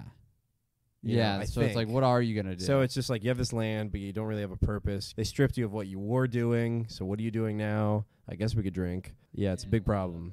From his life as a prohibition officer, he starts working with the Bureau of Indian Affairs, the BIA. We've all heard of the BIA. Love the BIA. Love the BIA. He specifically works with the Winnebago and Omaha, I think is how I heard it said, tribes in Nebraska. He also works with the Pine Ridge and Lakota tribes. I can't believe I wrote this is just in my notes. He becomes a white legend. He kind of does though, because they love him. He's like one of the white guy. He's one of the good ones. Well, he does things. He did it right. He did. It's like a tough job, but it was actually prohibition was a failed experiment, is how it's thought of in the U.S. But in reservations, it was really needed because like these people were struggling with alcoholism. So he'd go in and he'd crack down on them, but in a way that wasn't just like this white dude coming in and just browbeating a bunch of drunk Native Americans. Yeah. That's not what he did. And many could have done that in his position. Yeah, he could have slapped the shit out. Oh, my God. It could have just been all day slap fest. Yeah, all day slap fest. Yeah. Just slapping a bunch of drunk people Yeah, they're like, who can barely stand. Watch out for slaps like Bear. That guy will fuck you up. Shit. He says he's Indian, by the way. Is he? Yeah. I don't know what's happening. He's slapping the shit out of us. What tribe is he from? And then he goes, how? And yeah. I think it's kind of rude. Is he appropriating? But that's not what he did. He, like, normally someone might come in and, you know, single white-handedly clean up the reservations by throwing out drunks in a sail to dry out. What he'd do is he'd go to the elders of these communities and he'd deputize them so that they could be the ones doing the slapping. Mm-hmm. So now they're slapping their own people, Indian on Indian crime. Nice. Back away. Yeah, exactly. Back away. I can't blame but you. It is truly, he's creating self-policing communities, which is kind of crazy because that's what the abolished police people currently are advocating for. It's like community leaders, community enforcement. Yeah, but the problem with that, why it worked, I think, for the Indians is there's already like a hierarchical way of living. That's true. And there's like there's a chief. Yeah, and when they tried that in Chaz, they're just like, "Who the fuck are you? I don't care." And then people were getting shot and stuff like that. What? And remember Chaz, like there was an area of like Portland where it was like a strip. Oh, where they I know. remember during I the didn't know that. pandemic they took away the police and like they operated. I didn't know it was on called their own. Chaz. Yeah, it was called Chaz. Okay. And it was like people were just murdering each other. Right. Yeah, but that's because these are just fucking, you know, people of a democracy who don't have any hierarchical notion of where they belong. Yeah, in respect the community. about exactly. Right. Yeah. That's a good point. But it worked out. It was funny that he was smart enough to do that. It is nuts, it's actually. kind of genius. Yeah, it is.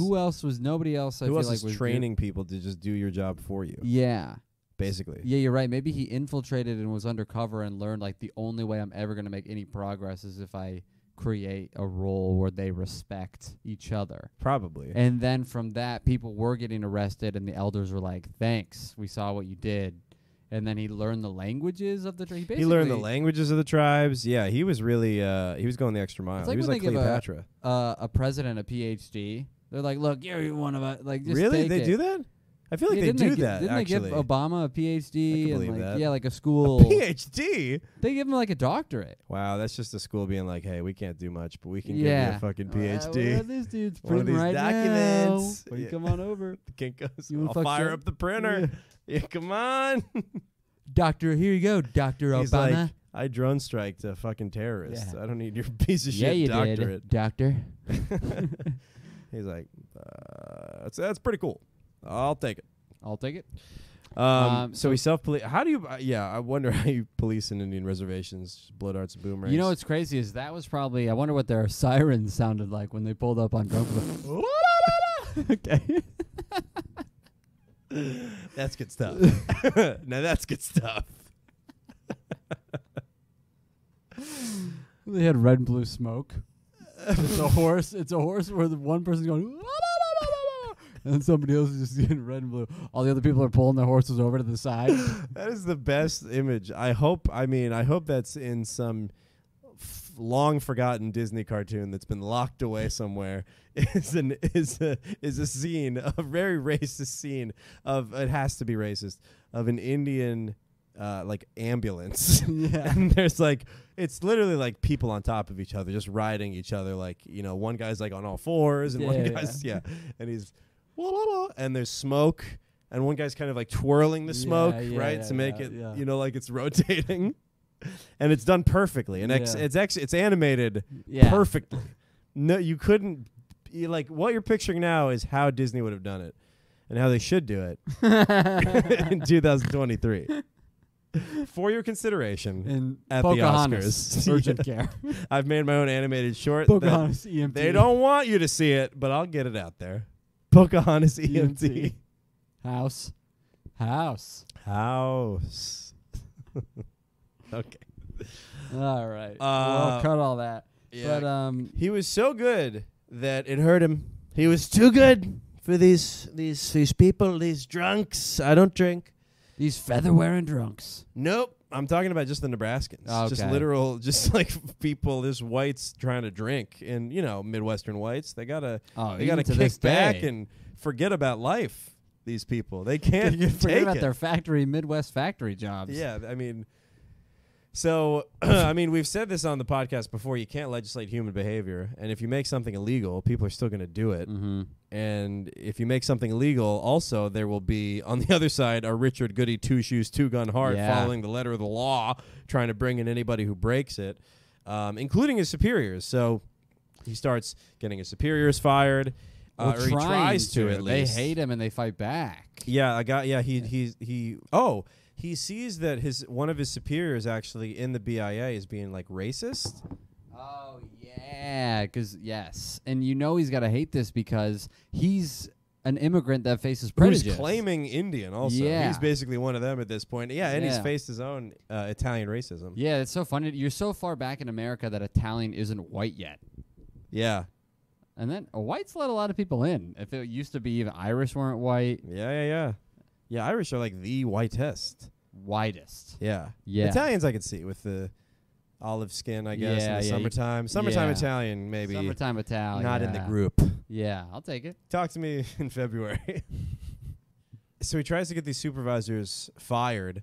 They start looking in. Oh, sorry, because the supervisor on the reservation is like being preferential toward white people and like unreasonably biased against Native American, people who live on the reservation. So this guy, Richard, is like, fuck this guy. I'm going to report him to the BIA. This guy's like, fuck you. Counter-investigates. Yeah. Richard. I'm going to sue you. Yeah, I'm going to sue you. Finds out he's a Capone. So Richard's like, I got to go on a vacation. I don't know if he finds out. I think he starts to uncover. Oh, okay. But he starts to doing some digging. He digs. Anybody that's doing digging during this time, it's scary. It's for getting Richard there. Hart. It's getting close. You're scraping at the Capone I wonder if he's name. dropping hints. Like he's walking by the office and Hart's at his desk and he's like, what was it like to punch a cow again? Like in the 40-year-old version when they're asking what a boob feels like. And he's like, oh, it's like punching a bag of sand. And he's like, huh. A bag of sand. Really? Last time I punched a cattle, it wasn't like he starts. More like a bag of meat. Starts making it's a cow. Yeah. Yeah. Starts making him sweat a little bit. Where'd you blow in from again? You're always blowing around. Oh, so Richard gets fired, basically. Yeah, they do fire him because he's trying to fire the superintendent. He goes to Washington. Yeah. Well, he goes to Washington because the man that fired him then got caught in a scandal. Oh, yeah, cheating on his wife, which back then is worse than giving favors and racially favor. That's unrelated to your job. Yeah, it's strange.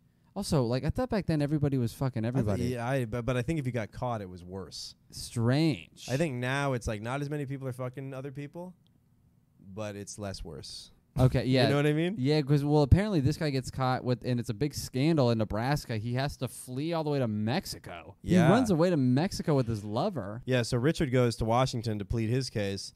And they're like, well, sounds like the superintendent's right. And he's like, what do you mean? He just got exposed. And they're like, look, buddy, you are not on our side. No, you're not. You're not. We got some crooked officers in that arm of the police force, so we don't want you rocking their crooked boats either. We all got some corruption going around. Yeah. Like the Bureau of Indian Affairs was in cahoots with the prohibition officer people, so we couldn't go back to Homer and become a prohibition officer either. He's like, look, and they're like, look, you're fired. And he's like, Okay, I'll just go back to what I was doing. Yeah, they're like, you're fired from the Bureau of Indian Affairs. You're taking too many people down. Right. And he goes, cool, I'll just be a prohibition officer. And they go, no. Like what you just said. Everything's tied together, buddy. We're sick of you. Also, you don't do any goddamn paperwork, so it's not, who needs you anyway? But you know what paperwork he was receiving? This is crazy. He got like letters supporting him from people in the reservations. Yeah, when they heard that he was getting fired. When they heard that he was fired and that he was trying to get his job back or some job. they sent like letters supporting, and they were like, these are all fake. Yeah, these Indians aren't real. Right. These and You don't believe in Indians, do you, Johnson? come on, guys. Feathers on your head? It's a Come myth. on, that's a ghost. Everybody knows those dots. So he goes back home. The guy who actually thinks we found India, he still thinks this is America's India. What do you mean? I know where we are. Great to see you. Great to see you. So good to see you. He does end on that soft. Great to see you, Charles. you. Shafi Hussein, look him up. One of the funniest and most comforting comedians. He kills. He kills, I and mean, he he makes me kills. feel nice. Yeah, he does his job on all ends. Oh, yeah. Okay, so wait, really quick. Yeah. Hold on, where am I? Fuck. Okay, so now he's living in a shack. Yeah, so at this point, he's had kids with Kathleen, and they have kids, and he has no job.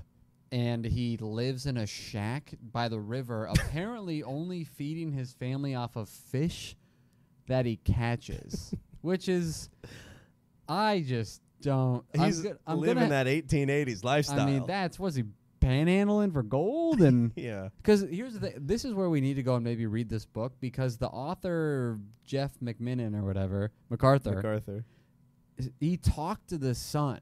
Right. So we can see if that's true. I think it is. I think, what else are you going to do? Like, you're in Nebraska.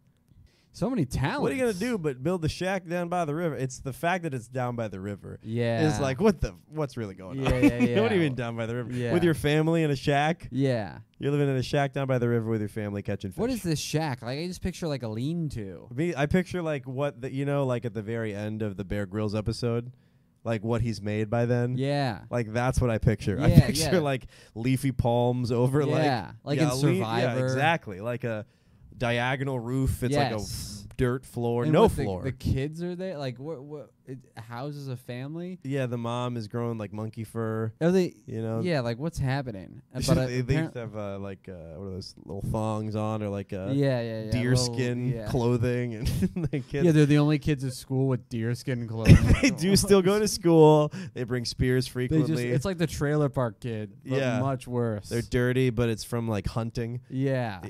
What'd you get for lunch? Well, I have to go find it first. Whatever I can catch. Is that rat still in class? Is that rat still skittering around? He's outside in a trash can fire kebabbing a rat. Ew. You gotta come in now. We gotta do geography. Dad, can you get a job? Because I smell like cooked rat, and Jenny does not want to go to hoop coming with me. Okay.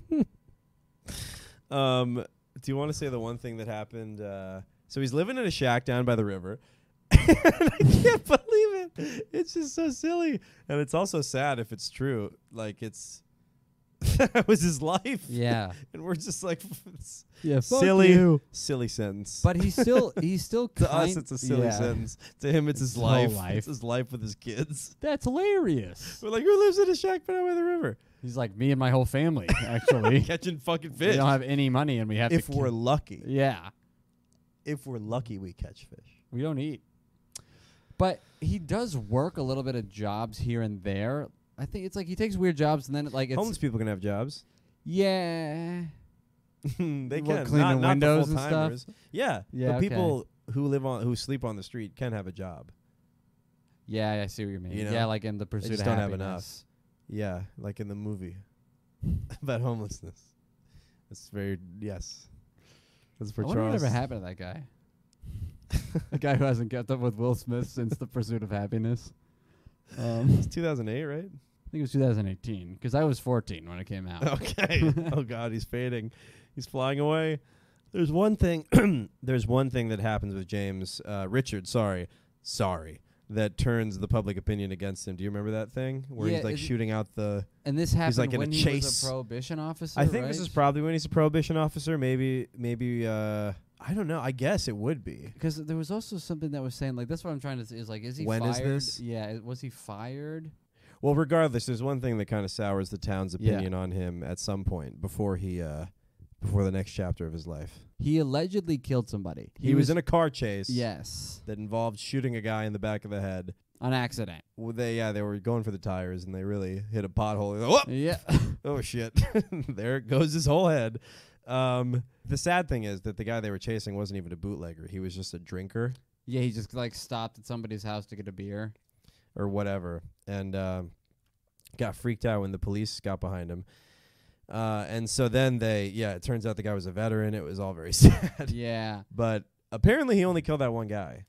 If he did kill I think he was slapping everybody, and then he wasn't, but so when he killed that guy, the town turned on him and they hated him, but then he went to trial and he was found not guilty. Oh, really? Yeah. Didn't hate him that much. No. Okay. Well, then the town hated him more, I think, because they were angry at the verdict. That was a little OJ moment. Ooh. Yeah. There's also one point in his career that's kind of like the highlight of his career when his reputation is at its highest, right? When he's like, there was like a siege going on. Yeah, he was so respected and also probably feared by anybody who was on the opposite side of him. Yeah.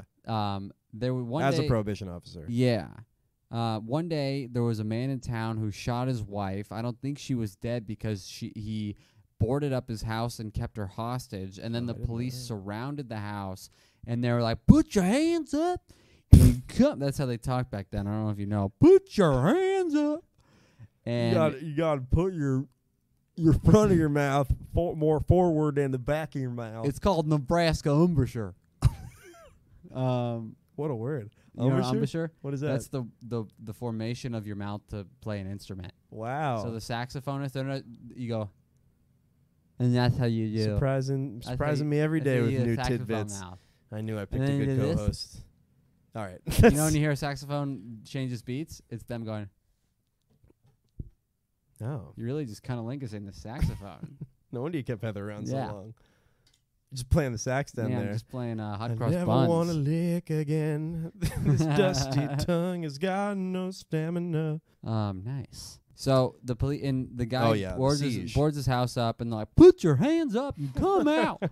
And he goes, "Anybody that comes up to my house is getting shot in the head." And then any of the cops that went up to the house, they got shot at. And then Richard Two Guns Hart shows up and they just get over the loudspeaker and they go, "Richard Two Gun Hart is here." And then the guy comes out with his hands up. Crazy. That's how much he was feared. Yeah. Well respected. It's crazy also that his name is Two Gun Hart, and he just slaps people. It shouldn't be. They should have said, like, Heavy Hand Hart. Right. Yeah. Yeah, heavy-handed Nice. heart. Ham-fisted heart. Whoa. Two hands. Two Heavy-handed hands heart. Yeah, Two Hands Heart. Yeah, That's kinda nice. cool, too. Mr. Hands Heart. Because then you know what you're getting. Yeah, you're getting two Everyone's hands. looking at the pistol. He's like, "Gotcha, bitch." Wow. Yeah, that's true. Maybe Gives you that the was- slap chop. Remember the slap chop? Yeah. Hi, it's Vince with slap chop. Yeah. And the Sham Wow. The slap chop. Did you ever hear the slap chop remix? It's like a song. Yeah, Oh, yeah, it's yeah. so good. Didn't that guy get arrested? I think it was it the same Yeah, I think he ShamWow? like beat up a prostitute. Yeah. Yeah. Yeah. Couldn't ShamWow that up. Yeah, he Couldn't couldn't slap chap her up. So Now the victim was found in pieces and bags.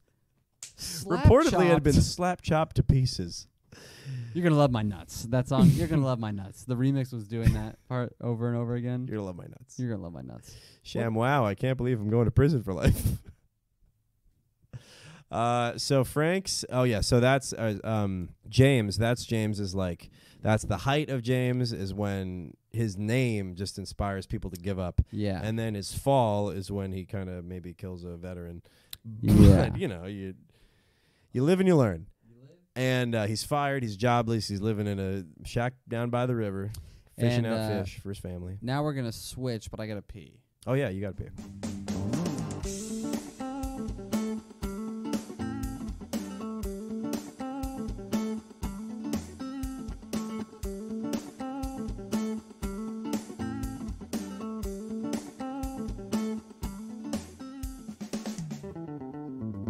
Yeah, so now we have Richard Hart being the prohibition cowboy that he is. This is the same time that the Capones are in Chicago and taking over. They're at the top, right? The Capones are the best gangsters, and then we have Salvatore and Raphael all lived in the same house for Torrio. There was the crime house. I'm sure they were Making videos. I can't read it. Making videos for YouTube. It's like a content house. Yeah. This is the crime house.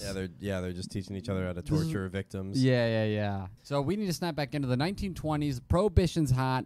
hot. We got the prohibition cowboy. He's the best in the country, but he's the worst at paperwork. We got the Capones on the rise in Chicago. We got the brutal accidental murder of Salvatore Frank Capone. They're all living in the same house for It's not an accidental murder. It's apparently was an accidental murder, but you know. I don't know about that. Yeah, we don't know. But Frank gets shot at the height of the Capones. Al Capone has the funeral. He buys all these flowers for his brother, and then he starts thinking about his family, and he goes, you know what? I just lost one brother. Yeah. I wonder where my long-lost brother may be. He puts an ad out in the paper that's like, Vincenzo, please come home. We love you. And if you're my brother, come through to Cicero.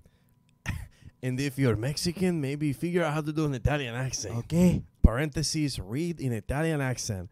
That was the best I could do. That was the best I could do, It's a brother. guy reading him the news. I'm So- sorry, I tried to read it to you best I could, but they're telling whoever's Al's brother to go over to Cicero, come through. Come through. And so many people came out.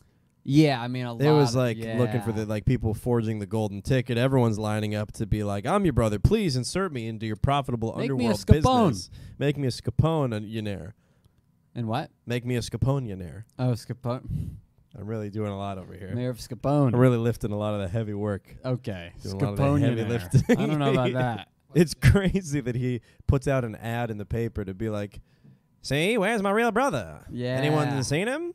Which, by the way, quick bit, I think it'd be pretty hard to be a blind gangster because everyone's always like, see?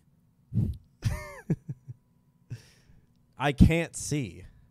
No, it's just figurative, see? So, no. You see, that's offensive. Yeah. So the plan, all right, you got to look at him with your eyeballs. All right, now see what that was? That was He's fucked doing this up. on purpose. That was fucked yeah. up. Anybody else hear that? Oh, so now you have to hear. If you want to be a gangster. If you want to be a mobster, you got to hear. What The all-inclusive mobster gang. It's, yeah. He fell apart pretty quick. Yeah, the Helen Kellers. A lot of infighting. The East Side Keller strangely. gang. The five nonsenses gang. So Al puts a letter out in the paper and is like, please, my brother, come home. My heart is broken. Little does he know that his brother is basically the Al Capone of the prohibition side. Simultaneously, he learns about Richard Hart, who is James Capone, and learns about this guy who can't be bought off because he realizes, Al Capone, that the quickest way to get from Kansas City to Sioux City, this guy has an interstate empire. Yeah. He's shipping outside of Chicago, outside of Cicero to Iowa, Kansas, Missouri, like all throughout there. The best way to get from point A to point B, Sioux City to Kansas, is through Homer, Nebraska, where our two-gun, two-hand slapping boy Kevin Hart is. So, but they realized I heard they had to drive right by a shack by the river. Yeah, they did. They just see limos driving by the shack. Dad, what is that? A bearded Richard Hart. Alcohol. I must stop it. So James takes the bait, goes to Chicago. By taking the bait, I mean looks at the paper that has been circulating of like, where's my brother? I need my brother. Goes to Chicago. Al asks him the question he's been asking everybody to see whether he's his real brother. He goes, so what did you drink as a child? See? See? And the answer was goat's milk. Because I guess he had a condition that doctors prescribed. Vincenzo, it is you. Come here, you. And then I wonder. Squirts him in the face with goat milk. You love that, don't you? Just like we used to, huh? Just like when we were kids, when we were boys on the field, squirting goat milk at each other. Having a laugh. I just don't I mean, you think there was like a standoff moment? Because he appeared as Richard Two Guns Hart. You're Al Capone living in this mansion. Yeah, and then I don't this know. white-capped cowboy with two pistols on each side That are gathering dust. rides a horse They've up into never your been house. used. Yeah.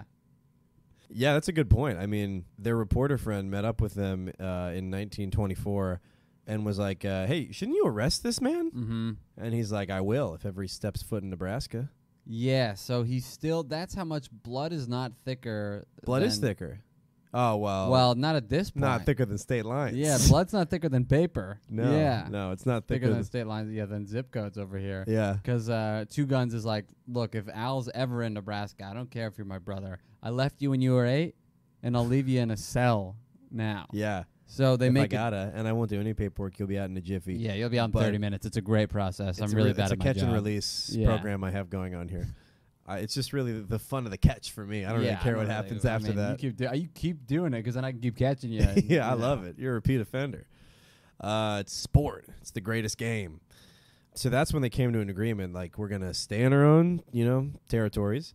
But apparently they visited each other. Like, you'd see Al Capone randomly walking on an Indian reservation, and the Winnebago's like, is that Al Capone? Like, and Al Capone just, like, trying to learn. Like, yeah. He's, like, trying to sit. Hey, you doing? Is that close? Yeah, dollar slice around here? What? Eh? Now I'll show you how to make a pizza.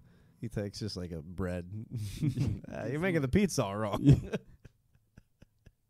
guys are making really bad pizza over You're here. fucking up this pizza. Two Guns. How you live out here with this shitty pizza? Jesus Christ. No sauce, no cheese. No deep dish. Come on. What is that? There's got to be a Portillo's here, right? There's got to be a James Portillo's here.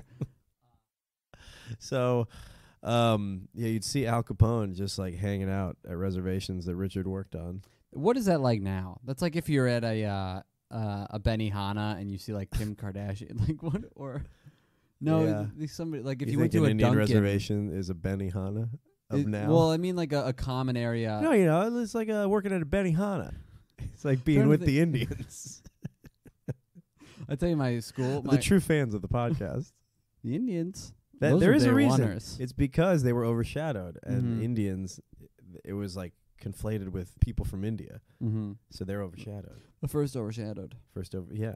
My community college was on an Indian reservation. I bet it was. It was. It's the only one. You seem cursed. It's the only That's one. the reason for all your bad luck. It's the only one. Probably is why. Yeah, geez, that's when it all went downhill. Yikes. Yeah, should never have cheated on runs with grades, runs with A's. That's my Indian name. Cheats on neighbor. Cheats on wife. Yeah. Oh, that's Big Jim cheats on wife. That sounded Indian. It did. Enough. Hi. Hello. It's Robin Williams. Pass the peace pipe. What? Who's there? Okay. Is it me? No, it's not me. No. Charles is just actively farting outside into the hallway. I hope a girl walks out. I told you the time I farted out the window and somebody went, "Oh my god." Yeah, I do. Oh man. Okay. So Al and oh dude, that really stings. Sorry. It's okay. It has like a grappling hook, like it sticks with you, and you pull it behind you, and it comes to me. I'm sorry. It's okay. He greets me. I tried to shut the door on it. You like blow it in. You know, All of it in, just into your face. You might be doing like a. When I was a kid, my friend used to fart into water bottles, like on Monday, and then you come over to his house on Friday, and he would be like, "Dude, does this smell weird?" And he'd hand you the water bottle, and then you'd go to smell it, and you'd squeeze it, and just obliterate your face with a 4-day-old fart. Oh my god. It's becoming something else in there. Oh yeah, It's evolving. yeah. I think that was COVID. That's how umami taste was discovered. You ever light your farts on fire? No. I used to go over to my friend's house and we would just eat a bunch of licorice and wait to fart. You were a true boy And yeah, growing up. yeah. We had jackets that said that on the back. True boy. The True Boys. It's a good game. And then you'd be on the couch playing Guitar Hero, and then you'd be like, "I got one," and then you'd flip up, and your friend would put the lighter by your boxers and you'd fart a flame. God. But I had a friend that was Hideous. too much of an asshole. You put the flame too close to your butthole, and then he'd cinch your butthole, and you go, "Ow!" And then he would laugh out of it, and you'd be in pain. Ooh, I know. that is pretty rude, actually. I know. You shouldn't singe another man's asshole without his Never. permission. I trusted you to get that close. Yeah. I mean, that's the most trust I think you could have in a person. I think it With is. fire near your asshole? Yeah. I love you more. I mean, That's true, brother. I mean, that's like when your best buddy gets shot on the battlefield. You know, that's like the same bond you should. It's like it's as close as two men can get. Mm-hmm. So the morning. So 6 years later, Charles, we're just gonna do the podcast. Yeah, let's man. just do it. The It's one. oh well, let's just. Do I it. knew it. As I was leaving, I was like, we are going to be here all night. I think we've had a good. We could pod. never do a live app, though. We At could. this pace. We could. I know I'm making fun of the fact that I got here at 8:30, and it's our live events. People will be like, Yeah. It's like fish. Well, we're almost done, It's guys. jamming. It's cool. Sit down. Sit down, please. He farts. Sit down. All right, let's get into it. So 6 years later, after this agreement, this guy gets out of a car in Lincoln, Nebraska to rob a bank with Tommy guns. Everyone in the bank starts laughing. They're like, who would rob a bank in Lincoln, this shithole? Lincoln, Nebraska. They think it's a joke. Mm-hmm. And they're like, you think we're fucking kidding? They beat somebody up to show them that they're serious, so that's kind of harshes the vibe. Yeah, You're like, oh, definitely. fuck. What? Oh, God. Yeah, they just slapped that guy unconscious. God, everyone slaps people now. I hate this new trend. 1 year in the 1920s, slapping was really in. So the bank manager himself strolls in at a leisurely 9:30 because that's what the big fat cats do. It's his birthday, apparently. So he thinks it's a prank. They have to beat him up to prove it's real. Got beat up on your birthday. Yeah, but I mean, imagine being these bank robbers. It's like, what do we have to do to get people scared of us? We're literally robbing your bank. Everyone thinks we're doing a crime-themed flash mob, and we got to smack them up to let them know we're serious. Like, how many hits in do you think he was like, come on, guys, this is so funny. Come on. It's literally like your bit. Yeah. It's like, come on, where are the cameras? Where are the cameras? That part doesn't hit. This is hilarious. It's so funny. Don't ever throw that line I away. hate it. It's the best. So this was the biggest bank robbery in history, aside from wartime when Saddam Hussein apparently robbed his own banks. Did you know that? I didn't know that until I listened to this. This is crazy. Yeah, it was nuts. Love history podcasts, huh? Aren't they good to listen to? They are good. They're great. Like ours. Yeah, but this was the largest bank robbery in the world, $2.7 million, which equates to $32 million USD 2022. How'd they get all that back? That's a lot of cash. That's lot like heavy. Of cash. Isn't that fun when you learn that cash is heavy? Yeah. You kind of feel like an adult. Get a You're like, lot. yeah, not kids don't know that. Kids don't know. Kids don't know that fact. But I know. Cash carries weight. Cash carries weight. Look at this bread. Bread's heavy. So this bank robbery was going to ruin Nebraska. There was no FDIC. This was the Great Depression. This is like when shit truly hits the fan. It's going to ruin everyone if this money is truly robbed. They drained the whole city of all of their money. Drained it. The money put all this town put all their money. All Nebraska's money's in one bank. Like, you're joking, right? This would be hilarious to rob this bank. It's so Yeah. pivotal. It's so Yeah. pivotal to our regional economy. It would be a hoot if you guys were actually robbing this, because this would ruin us. Real gas if you really want to get away with deflating The all of devastation Nebraska. town. So finally, like, the bank robbery happens, and then it gets traced back to this guy, Fred Killer Burke, who was the lookout in the car. They apprehend him. They want him to finger the guy who organized it, the George Clooney of this Oceans, Nebraska. But they're having difficulty, so in a roundabout way, they end up squeezing this guy to blackmail Al Capone. They're like, hey, your main guy here, your successor, he's going to do 20 years if you don't give the money back. Mhm. And I was like, okay, I need this money. I'm about to get fucked up. I think he thought about it, but then he was like, no, I'm about to go to jail as well. Yeah. I need bail money. Yeah. I'm sorry you got caught. And the only thing that had Al actually relent was Richard Two Gun Hart, Mm-hmm. who came to his brother and was like, look, man, we agreed to stay out of each other's territory. I just got fired after trying to expose corruption on an Indian reservation. I'm bummed that that's happening.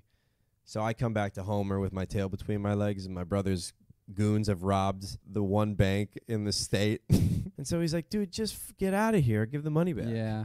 And the very last thing Al does before going to jail was give the money back to the bank. Reviving Nebraska of all of their Saves money. them. Saves Nebraska. I mean, that's pretty cool of Al Capone because he Yeah. needed the money. And Richard, though, because he was like, dude, we got your main guy. He's going to jail. And Al's Mhm. like, that hurts, but okay. I think he went back to I so call. much respect that Al had for him as a kid. It had to pull on like the past to make this kind of a decision Yeah. because he disappeared forever. Older brother. He This is your needed- older brother asking Yeah, you. he needs the money. He's going to jail, and now your older brother, who used to take you to ride horses as a kid, With the ice. and showing up. The icy hey, horses. remember The cubes. cubes? Remember the cubes, Al? Remember what we talked about when it was just you, me, and the cubes? Yeah, I got a little something for you. Got some cubes here, Al. Some icy cubes. I remember the cubes. You like the cubes? Sugar and ice cubes. Oh, yeah. It's all mixed in. There you go. Give me the money. It gives him $2.7 million. He's like, goons are behind him transferring the money. Puts a oat feed on Al Capone. There you go, buddy. There you go. There's a good young boy. Here's an apple for you. Al, don't. He's joking. Al's joking. Storky. Snorky's gonna snork to death. So this fucking guy goes back to Nebraska, goes back to his fish hut. He's trying to survive. Probably invented pho. Might have invented pho because he's like, we are fucked if we don't get out of this shack. Does anybody have any hot water I can put this fish over? So he goes back to his family and ultimately reconciles with the Capones. With the Capones. They all have almost everyone in the family is like happy to have him back. Richard walks in apparently, and the mom Teresa like faints. Like it's like, oh, welcome home, your family. She can't believe what you've seen. Right, and it's like he never did anything personally to them, actually. He didn't. It was just with Al's business. Like, he didn't, like, disgrace the family name. He became, like, a law officer. Yes. That's just as good as becoming a gangster. Yeah. So why not welcome him home? Do you think they would welcome... Well, I don't know what the sister didn't like that he was There was there. only one person, but I don't know why. Mafalda. Ugliest name I've ever heard in my life. Yeah, worst opinion, too. Yeah. Richard's Maybe the she man. just didn't know him. You know what it is? I bet she didn't know him. I bet the sister also just saw how sad the mom was. They're the only women in the family. She could probably really connect on, like, the maternal instinct of, like, a son leaving. But the mom was thrilled that she was back. Oh, but the years of pain. Years of pain. And now she's like, you just want to walk in here. Yeah. Fucking come back like nothing happened. Make my mother faint in front of me. She's not your mother anymore. You left her. Yeah. She didn't become your mother when you left her. She stopped being your mother when you went away on the ferry, okay? And you probably are one too, huh? Is that what you've been doing? Is that what you're doing? You fucking guys out in the circus? In Nebraska? Look, so they started just becoming a family again, which is crazy. They would have big family. So after he was a prohibition officer and all this stuff and busted bootleggers and probably Al's clients and partners, they would have big family reunions in cabins in Wisconsin that they owned. They'd give him I love this. They give him odd little jobs, like handyman jobs. Yeah. Like he did when we he got first, some wallpaper that needs hanging. Like pre-town Come marshal. on, 2 guns. Right. Use those guns to smooth out that wallpaper, huh? How about you slap this paper to the wall, huh? He would always go up to them, and he'd come back home with wads of cash. Yeah. He'd buy suits, hats, all kinds, he's putting spinners on a horse. They're like, how'd you get 10 grand? He's braiding his horse in He's cornrows. Like, I painted a bench. His horse is a grill. Yeah, but he comes back, and they're like, how do you have all this money? And he's like, I erected an outdoor shower. I swept the garage. My family gave me $10,000. I raked the leaves. Not unfortunately, understandably, I don't know about this. He becomes kind of a dick, apparently. Mm-hmm. He becomes a wealthy, like, old asshole. Yeah. In his well, old it's probably age. because the town turned on him. Everybody, the law, which also meant his, like, coworkers, the people. He loved his job. It was, like, his whole thing. And it's like, why would you turn on him if you're getting arrested by him? You're out soon. Nobody helped him. Nobody saw him living in a shack down by the river with his feral kids and was like, hey, you want a meal tonight? Nobody helped him. Yep. And all he wanted to do was serve his community. I know, and his community didn't want to serve him. Well, maybe they respected him. Maybe people on the reservation helped him. Yeah, they could have helped him. But like his his fellow law enforcement people. I think after the shooting, everybody was out on him. Oh, you're still talking about Richard? We are so out on Richard. Yeah, we don't care about him anymore. Two guns, no hun. He lives in a shack down by the river. Ew. In a word, guys. He's like stinky, like fish.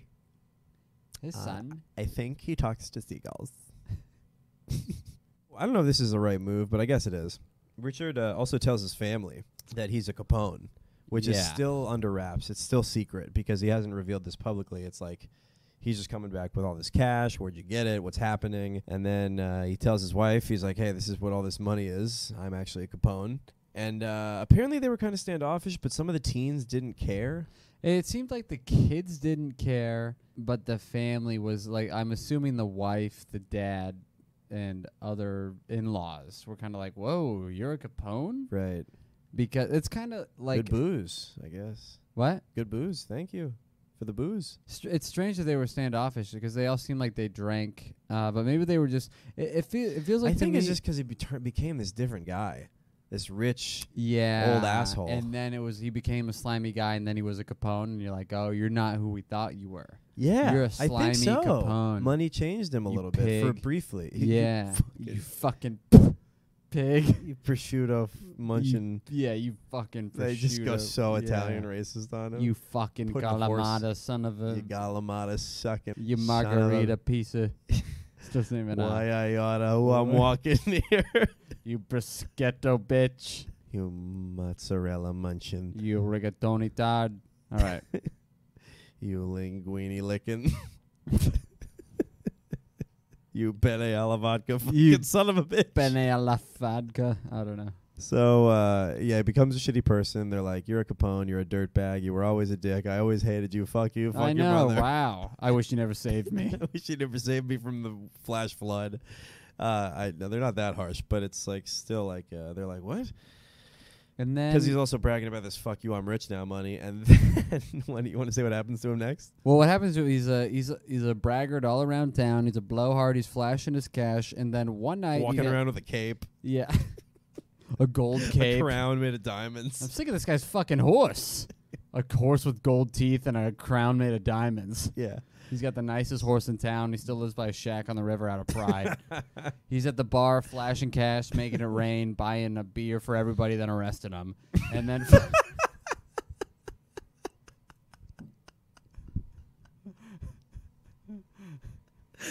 just fueling his own pleasure. He gets us every time. He says he's done. He offers us around, and then he arrests everybody in the God. goddamn bar. I'm so sick of this piece of shit. funny. This linguine lick has got to go. Jesus. They're also Christ. we're also Italian. Yeah. Everybody in this is from New Jersey. This pagata piece of shit. So many transplants in Nebraska. You know what? I'm getting sick. But he's in a bar. He's being a cocky son of a bitch, and then he talks to the wrong guys, and they gang up on him and beat the shit out of him to the point where he goes half blind. They blind him in one it's a eye. blinding beating. They probably take his own method, and they go, you know how you slap open hand? We're going to close fist your eye socket. Gonna be Frank Eye Patch Hart. I want you to sleep well tonight. How about you put on this slap apnea mask? How about you change your name from Two Guns to Astigmatism? One eyes. Okay, anyway. You're not gonna be seeing so good. Frank Cyclops Hart. So then he's like, oh, hey, I'm not Then he that rich. calms I'm not down. that rich. Yes. I'm not that rich. Then he starts to be a little more calm, and he's like, Yeah. okay, I can get my ass beat now. At a certain point in the late 30s, I've reached ass beatability. I've reached ass beatability. Yeah, he never really had that. Yeah. He never got beat. That's the worst he's I ever wonder been if he beaten let out in an his Indian life. cry while he was for reinforcement when he was getting his ass beat. If he's summoned any was he wolves. like, Like one deer's like, what? No. goes back to eating a berry. That fucking guy. I thought that was him. One wolf's like, Should we go? I don't know, man. I thought I heard. You always think you hear. We're all a herd. Get back to base. Get back to base, Jeff. Come the on. wolf. Stop trying to lone wolf it out here. We were in a pack. That was one wolf, and he died. Remember that. So this guy's okay. beat. He's a little humble. He's, he can't see. He's becoming fat and old and rich. And then now we get into the, at a certain point in the late 30s, maybe the 40s, the Capones are now finally being charged with tax fraud, and they call upon James to come and testify that he owns the cabins that they all go and have reunions at because they can't own the cabins as the Capones. Gonna cause tax problems. Yeah, gonna cause a little bit of problems in Paradise. Problems. Two Guns decides that he is going to stick up for the Capone family. His town has turned on him. His family's a little standoffish. The Capones have given him a lot of money. And he goes, you know what? Blood is finally thicker than water. He goes to court. He lies. He perjures himself. He says that he does own the cabins. It's crazy. And it is wild that he lies, and that's like a federal crime yeah. that he commits. I wonder if he ever looked in a mirror again after that. Probably hated himself. Probably couldn't see. Yeah. Yeah, he probably couldn't see it away.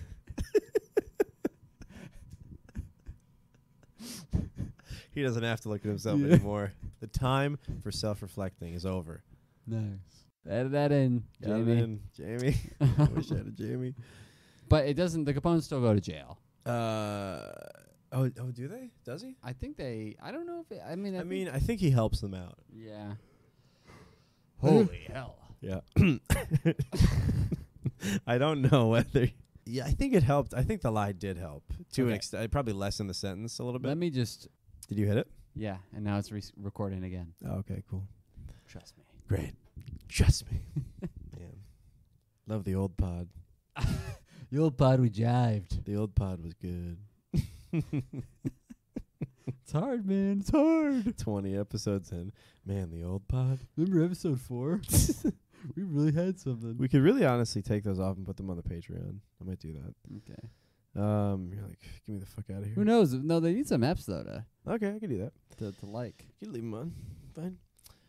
They're just so low quality audio-wise. Anyway, so he perjures himself in court. It probably lessens the sentence. Probably doesn't, it doesn't save the Capones. No. And he does lie under oath. So, it's eventually Richard doesn't change the Capones' ways. The Capones change him. Yeah. He comes back into the fold. Yeah, Come I guess on, he does. Richie boy. But for good reason. For good reason. I mean, hey, but your family takes care of you. Yeah. You know who doesn't? The lawman. Who stuffs your tummy full of pasta? The Capones. You, mommy. You, mommy. You, mommy. Mommy. Eating pasta, crying. You, Teresa. Sucking pasta out of her tit. Me llamo. She's just coming out. One long string. Spiral angel hair. Never-ending pasta tit. I forgot. Why would I ever leave a never-ending pasta tit? I forgot, Mommy. About your pasta bosoms. Mommy.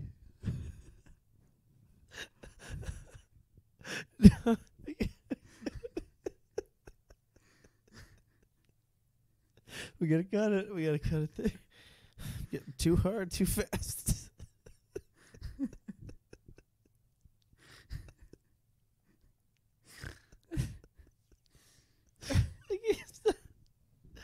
Oh, it hurts. Whew. What an oversight.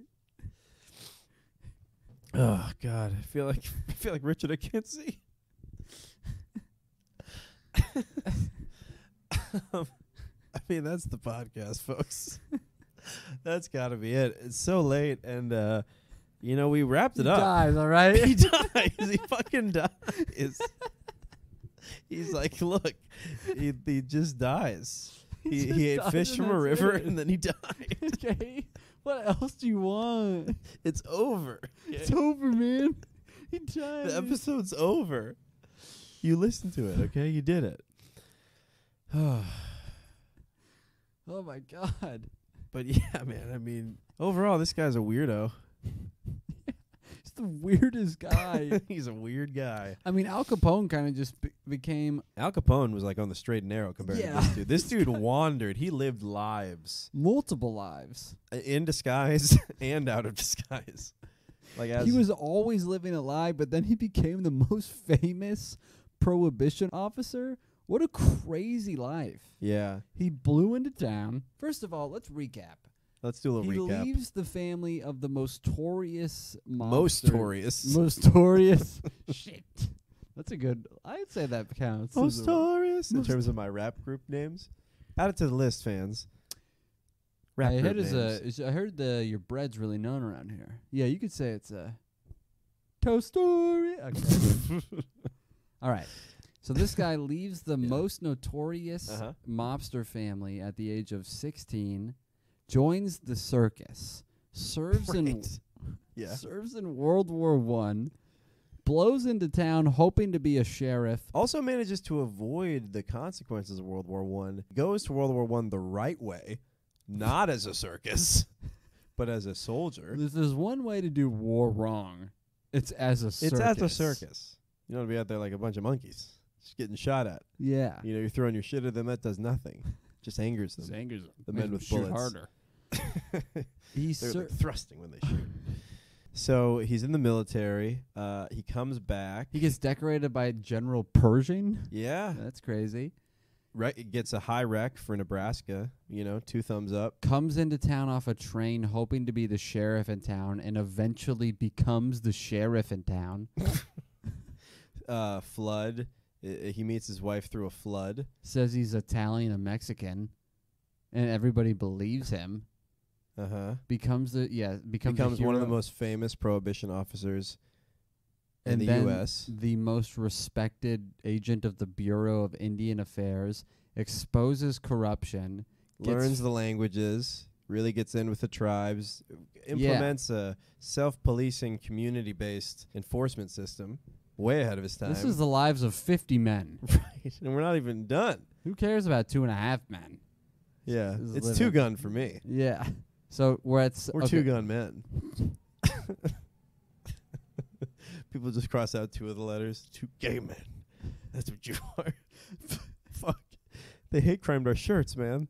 All of our shirts. Fuck, why are all of them like this? We should have kept them in the Bank of Nebraska. Did the printer do this? He hacked the printer. So what else did he do? He exposed everybody at the top. He got fired. He Right. also provided He went for to his Washington, family right? No, off of through fish. catching fish from the Nebraska He River. once lived by a river in a shack with his family. Not the time in your life to live in a shack. No, that's a bachelor move. Bachelor move, dude. If you're gonna live down by the river in a shack, You better be. you want to be a single man. You want to be an eligible. I don't even think that's an eligible bachelor. You're an ineligible bachelor if you live in a shack down by the river catching fish. Unless you really make it, I don't know. I feel like some Brooklyn ladies, I would love south of Metropolitan that. Avenue, might be into that. For sure. For sure. So then what did he do? I love how you catch fish down by the river. He was fired. He was poor. He meets back up with Al Capone after his brother, famous brother Al Capone, don't forget about him, puts out an ad for his brother. Puts out a brother ad. You know the brother ads that you see all the Has time? anybody seen him? I have a secret question only he'll know the answer to. It's the medicine he drank when he was a kid. So that all really happens. Al Capone's on the back of cereal boxes. Have you seen my brother? Right. If you think you're my brother, please come to 301. Gives away his address. Right. In Cicero. Millions line up. What am I talking about? Billions of people are there. And they're claiming to be his brother. That's not working. Nope. No one knows the secret Al probably answer. has given up. Yeah, Al's giving up hope, and then suddenly Richard 2-Gun comes in, guns blazing. I'm your real brother. Listen, Al. Listen, Al. It's me, Vincenzo. How you been? How you been, brother? You still a fucking goonball? You guys got any tobacco here? I'm trying to quit dipping. You guys got any now. calamala? Water bottle I could spit into. What's your question, buddy? I'll answer it for you. I'm your brother. I can guarantee it. Say, 2-Guns. Yeah. How many stills you busted when you was a prohibition officer? Well, I'd say, at least over 3,500. So the ways I sees it, is that you owe me a drink. How would you see it like that? 2-Guns. Are you drunk now? I've never touched this stuff. You seem off. No, it's just how I You operate. see how I'm talking and then how you're talking? Yeah, you talk like a wop. I almost said Well, it's going to be a fun bleep. So he reunites with Al Capone, agrees to have separate territories. Also, this is later in his life, after the shack, after the river, after the prohibition officer, after the Bureau of Indian Affairs, Wow. after being in the circus, after being in World War I. He reverses the biggest bank robbery in the world. wow. He reverses it by talking to his brother Al Pulls Capone. an Uno card out on Al He Capone. goes, whoop, whoop. Saves the Nebraska economy. And then... And then becomes a shithead. Then he becomes a rich shithead, walking around with canes, hitting kids, A cane with a live squid in it. throwing change. Go get it. Oh, where's he from now? Liverpool? Yes, well, with wealth comes the voice. Comes British accent. Comes British. Then he gets beat almost fully blind, only half blind. Thank God. Levels out a little bit. Thank God for that beating. Perjures himself, proving that he was a Capone the whole time. And reverses his loyalty, his once strong-held loyalty for the law. And he's like, fuck it. when you hear your family. I'm a Capone through and through. And so, that was the life of Richard Two Gun Hart. Died of a heart attack, I think, right? Two Gun Heart Attack. Yeah, I mean, he died kind of looking like Jabba. Yeah. A little, like, look up a picture of Richard. We can maybe post one. He's looking old and he's oozing. He looks like he's melting. And I mean, but he lived 1,000 lives. I mean, he should look like that. He lived one of the most interesting lives in world history. Yeah, I'm so happy I learned about this guy. Me they too. should make a movie about this. Yeah, definitely. It might have to be a trilogy or something. Yeah, the Hart father. Die Hart. Die Hart. There we go. It's the same movie, just with the reanimated corpse of William S. Hart, who's now 200 years old. And does his own stunts. He has to. So that was the pod, guys. Thank you for listening. We are going to do a Patreon up about Al Capone. I have some more stuff too about different. We might want to do a Patreon up about gang names. There was a lot of silly gang. I'm going to tell you one little thing just to tease this for the Patreon to see if anyone is interested in this and hearing about this. There's so many gangs, like the Brooklyn Rippers, the Dead Rabbits, the Hudson Dustas, the Whyos, the Murder Incorporated, which is the rap label I'm signed to. But Murder Incorporated was what the press called the enforcement arm of the mafia. Whoa. So like anyone, any murderings would, that's Murder Inc. It was mainly Italian and Jewish people who were employed at Murder Inc. So if you saw a guy with a big schnoz back then, you didn't mess with him. The body count was like 5,000 to 10,000 over 20 years. Wow. Which is a lot. But the Bowery Boys, every Tuesday. The Bowery Boys, guys, come out to Freestyle Comedy every Tuesday and Friday if you're in New York City. And follow us on Instagram at Zach Russell Comedy, at Charles_Engle, Instagram, ENGLE. Please follow the podcast, Overshadowed_podcast. We're going to do a little post-credits, teasing the Bowery Boys. Follow us on Instagram, YouTube. Please tell your friends. We release full videos on YouTube if we can. I'm still tweaking that. And please, we got bonus episodes on the Patreon. And we're going to do more stuff. We might watch Gangs in New York and just like put us watching it and commenting on it on the Patreon because I love this time period. Oh, it's very interesting. It's so crazy. Yeah. Like so much weird shit. So many things were happening, good and bad. Yeah.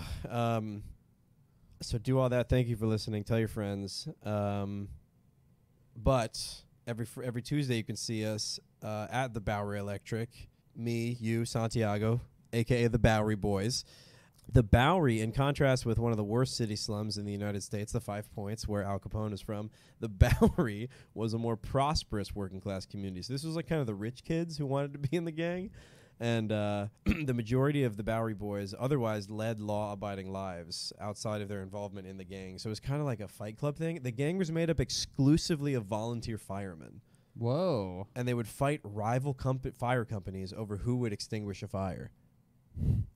It's fun. It is fun. It is fun. They're having fun. So there's a lot of other gangs and a lot of other weird shit like this.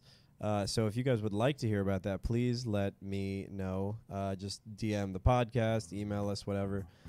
But thank you guys for listening. Charles, what else you got to say? I think that's it. If you can, please listen, spread the word, leave a review, a positive one. We only have one YouTube comment right now, and it's about somebody requesting us to fart so hard. And I can fulfill that wish. I don't want you to. If he is on Make-A-Wish, I can show up and light this guy's life up. I mean, the farts that I have right now aren't even that bad, and they're ruining Zach's eyebrows. But other than that, I have a lot to spare, but they are thinning. Yeah, but please leave a good review. Just spread the word about the pod. We have a lot. Thank you everybody who has been messaging us about the podcast. Yeah, it's very nice. Please keep those up. It's been very good. And then we're gonna have clips and reels, and check us out and like and subscribe. And then please come to a live show if you're in New York. Again. And also we'll be on the road a little bit. Yeah.